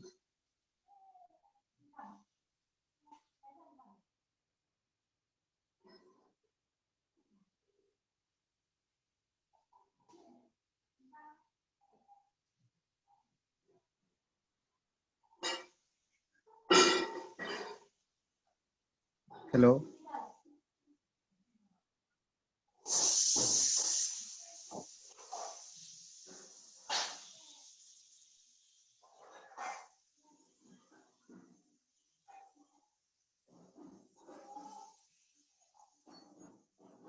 Hello, can you hear me now?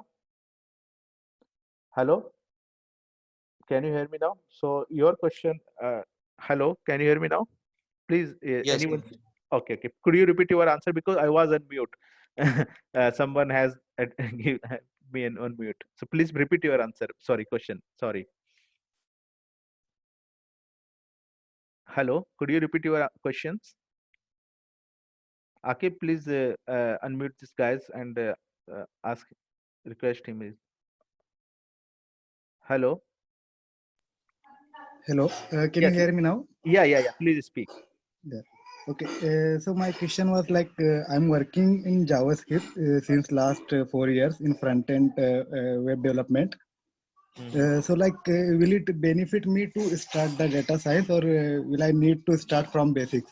And my another question is like, if I'm proficient in JavaScript, so can I use JavaScript instead of Python for starting the AI, or like what step Uh, should I take to yeah, start yeah, the yeah, yeah. yeah?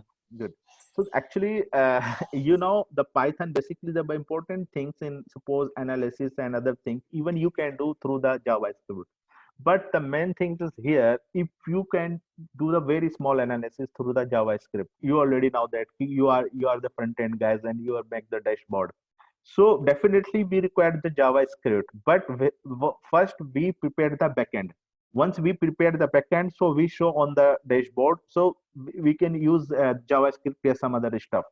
But to backend, especially for machine learning stuff or data science stuff, so JavaScript as a programmatically they help you, means like your concept is clear ki how to use the loop and other things and this that basically. But I request you and recommend you ki they will not help to basically develop any algorithm or other things. At the end you will check the some GitHub or some online repositories, they are available on the Python, yeah, some other language, C++, yeah, R. But why I'm saying to you, you have to use the Python because of I'm already told you that Google and Facebook also using the Pythons, and they are the key market player. Okay, they put all these things in the open source, so you can use that solution and lot of community support. If you build any project, any language, and they don't have the community support, and in future if you migrate, you have the further enhancement, so you are unable to identify the resource. So and any company will not adopt that approach. They first check the community support, second they check the resource availability. Okay, suppose you had developed one asset, and next and after developing that asset you resign that company. So how they deal this asset, basically this situation, because you're the very unique guy. So just why I'm recommend you, you can start that. This is good for you. You had the front end experience plus back end experience. So those people have the 50% probability to get the job. You have the 90% probability, because any startup or any company, for if you take the startup, don't think about the startup only 2 3 people company. Startup have the more than 100 people and they have a good budget, a good amount they propose as compared to the middle level, yeah, MNC company. So they actually, especially such a guys who had the full complete pipeline knowledge, they build the project from scratch to end. And I suggest to you, you have to basically think about that. I hope you got my question answer. Okay, okay, I got Yeah, it. yeah. Yeah. Thank you. Next question. Okay, can I ask one more question? Yeah, no problem, my brother. Yeah, yeah. Okay, okay. So, like my question was like, I heard like for some of algorithm in data science, you need to be like good at mathematics. So, like, how far is it true? No, my brother. Basically, you don't need to write the algorithm. Those people, there is a two type of people. One people who build the solution, one people who use this. In your family, your father is suppose doing the job and you easily take the food. Okay, but you are living in the same home. Correct? Yeah, So yeah. basically in the Python, yeah, some other things, the good thing is here already they have a very large community support and all the library is already developed. Just we use only that library. Our should mind make up like that which library we should use and where. Okay, So okay, okay. don't need to go to the deep in the mathematics. You don't write any algorithm. No, brother. No. Just you have to you use that algorithm only. Just that where we should use that algorithm. So for that you have some knowledge what is the use of this algorithm and where. So once you know that process, so you don't need to every time. Just we make up your mind how to, if you search the Google, so how to search the query and you get the answer easily. Simply to save your time, my brother. Okay, don't hesitate. If you think I don't have the mathematics background, no. If you have the patience, you can do that, and you don't need to read the algebra and probability. Nothing. Just you had required some basic concept, and I hope you catch up in one class, no problem. Okay. Yeah, Okay. don't. Okay. Thank you. This was Welcome. my question. Thank Welcome. you. Next question.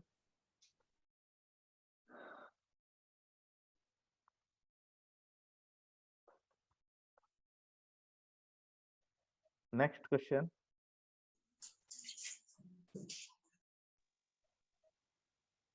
So if you have the question, so you got the solution. If you don't have the question, it means like you don't, you are not finding to any solution. So that is related to your career, and if not you, but you can ask your like colleagues or some other things if they are facing any challenge. So you can suggest him.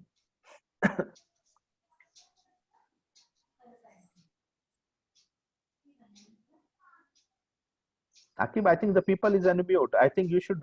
I'm not sure, but I think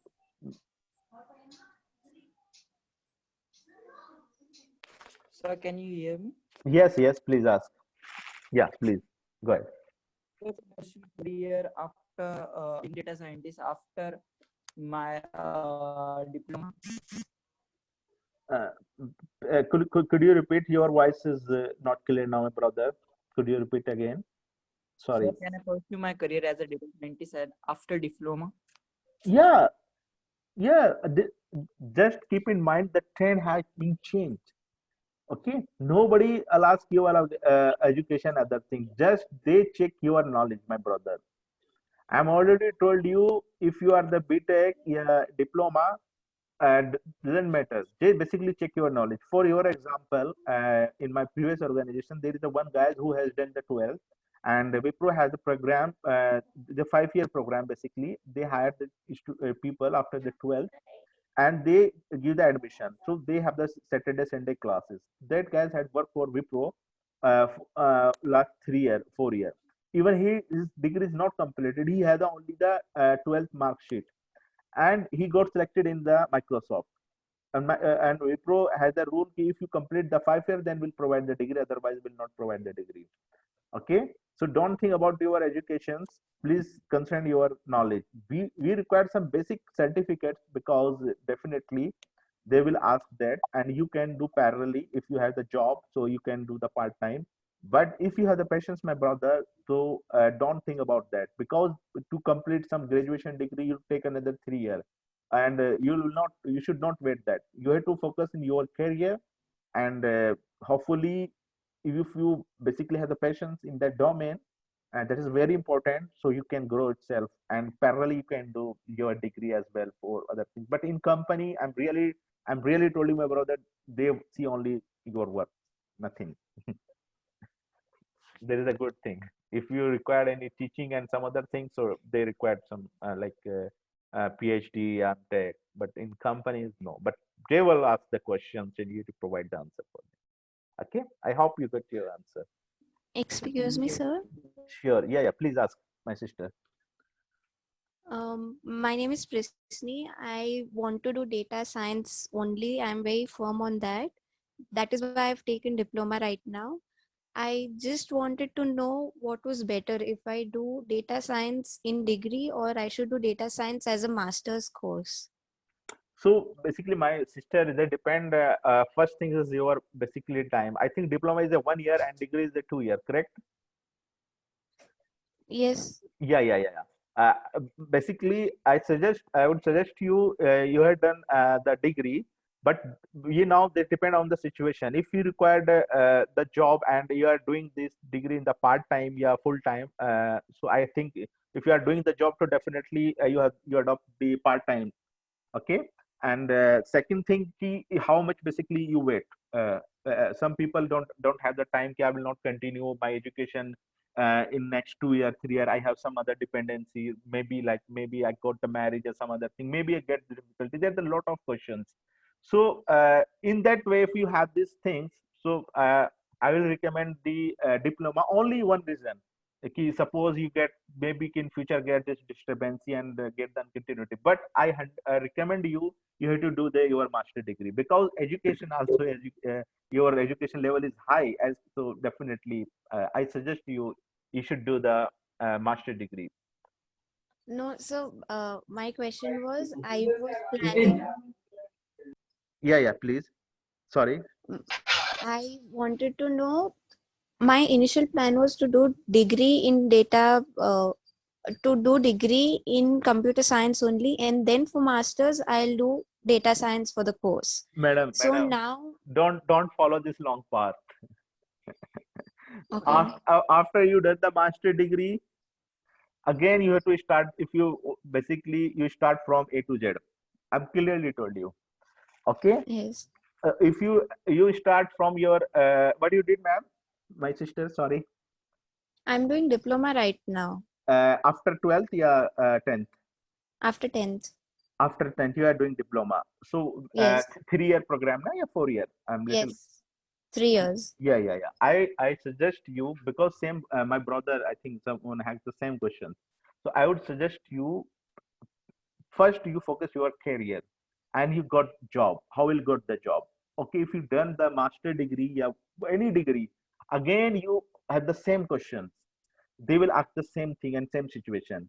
You have to train yourself for get the job.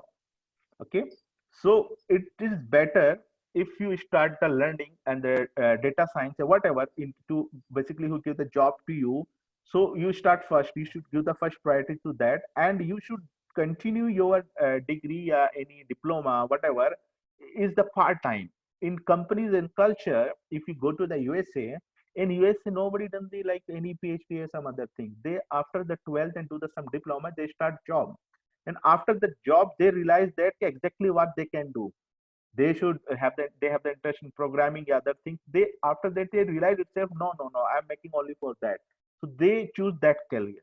Okay, in our country we complete our master degree, then we'll think about the job. Okay, so and after that again we do the some diploma, some like coaching class, yeah, other thing, and do that. You already know that culture, so I would request you, you should focus only that part, not to go to the degree, because you can do is part time also, but you should focus only your career to learn the stuff XYZ. I hope you got the Okay, yes, sir. Thank you. welcome. Next question.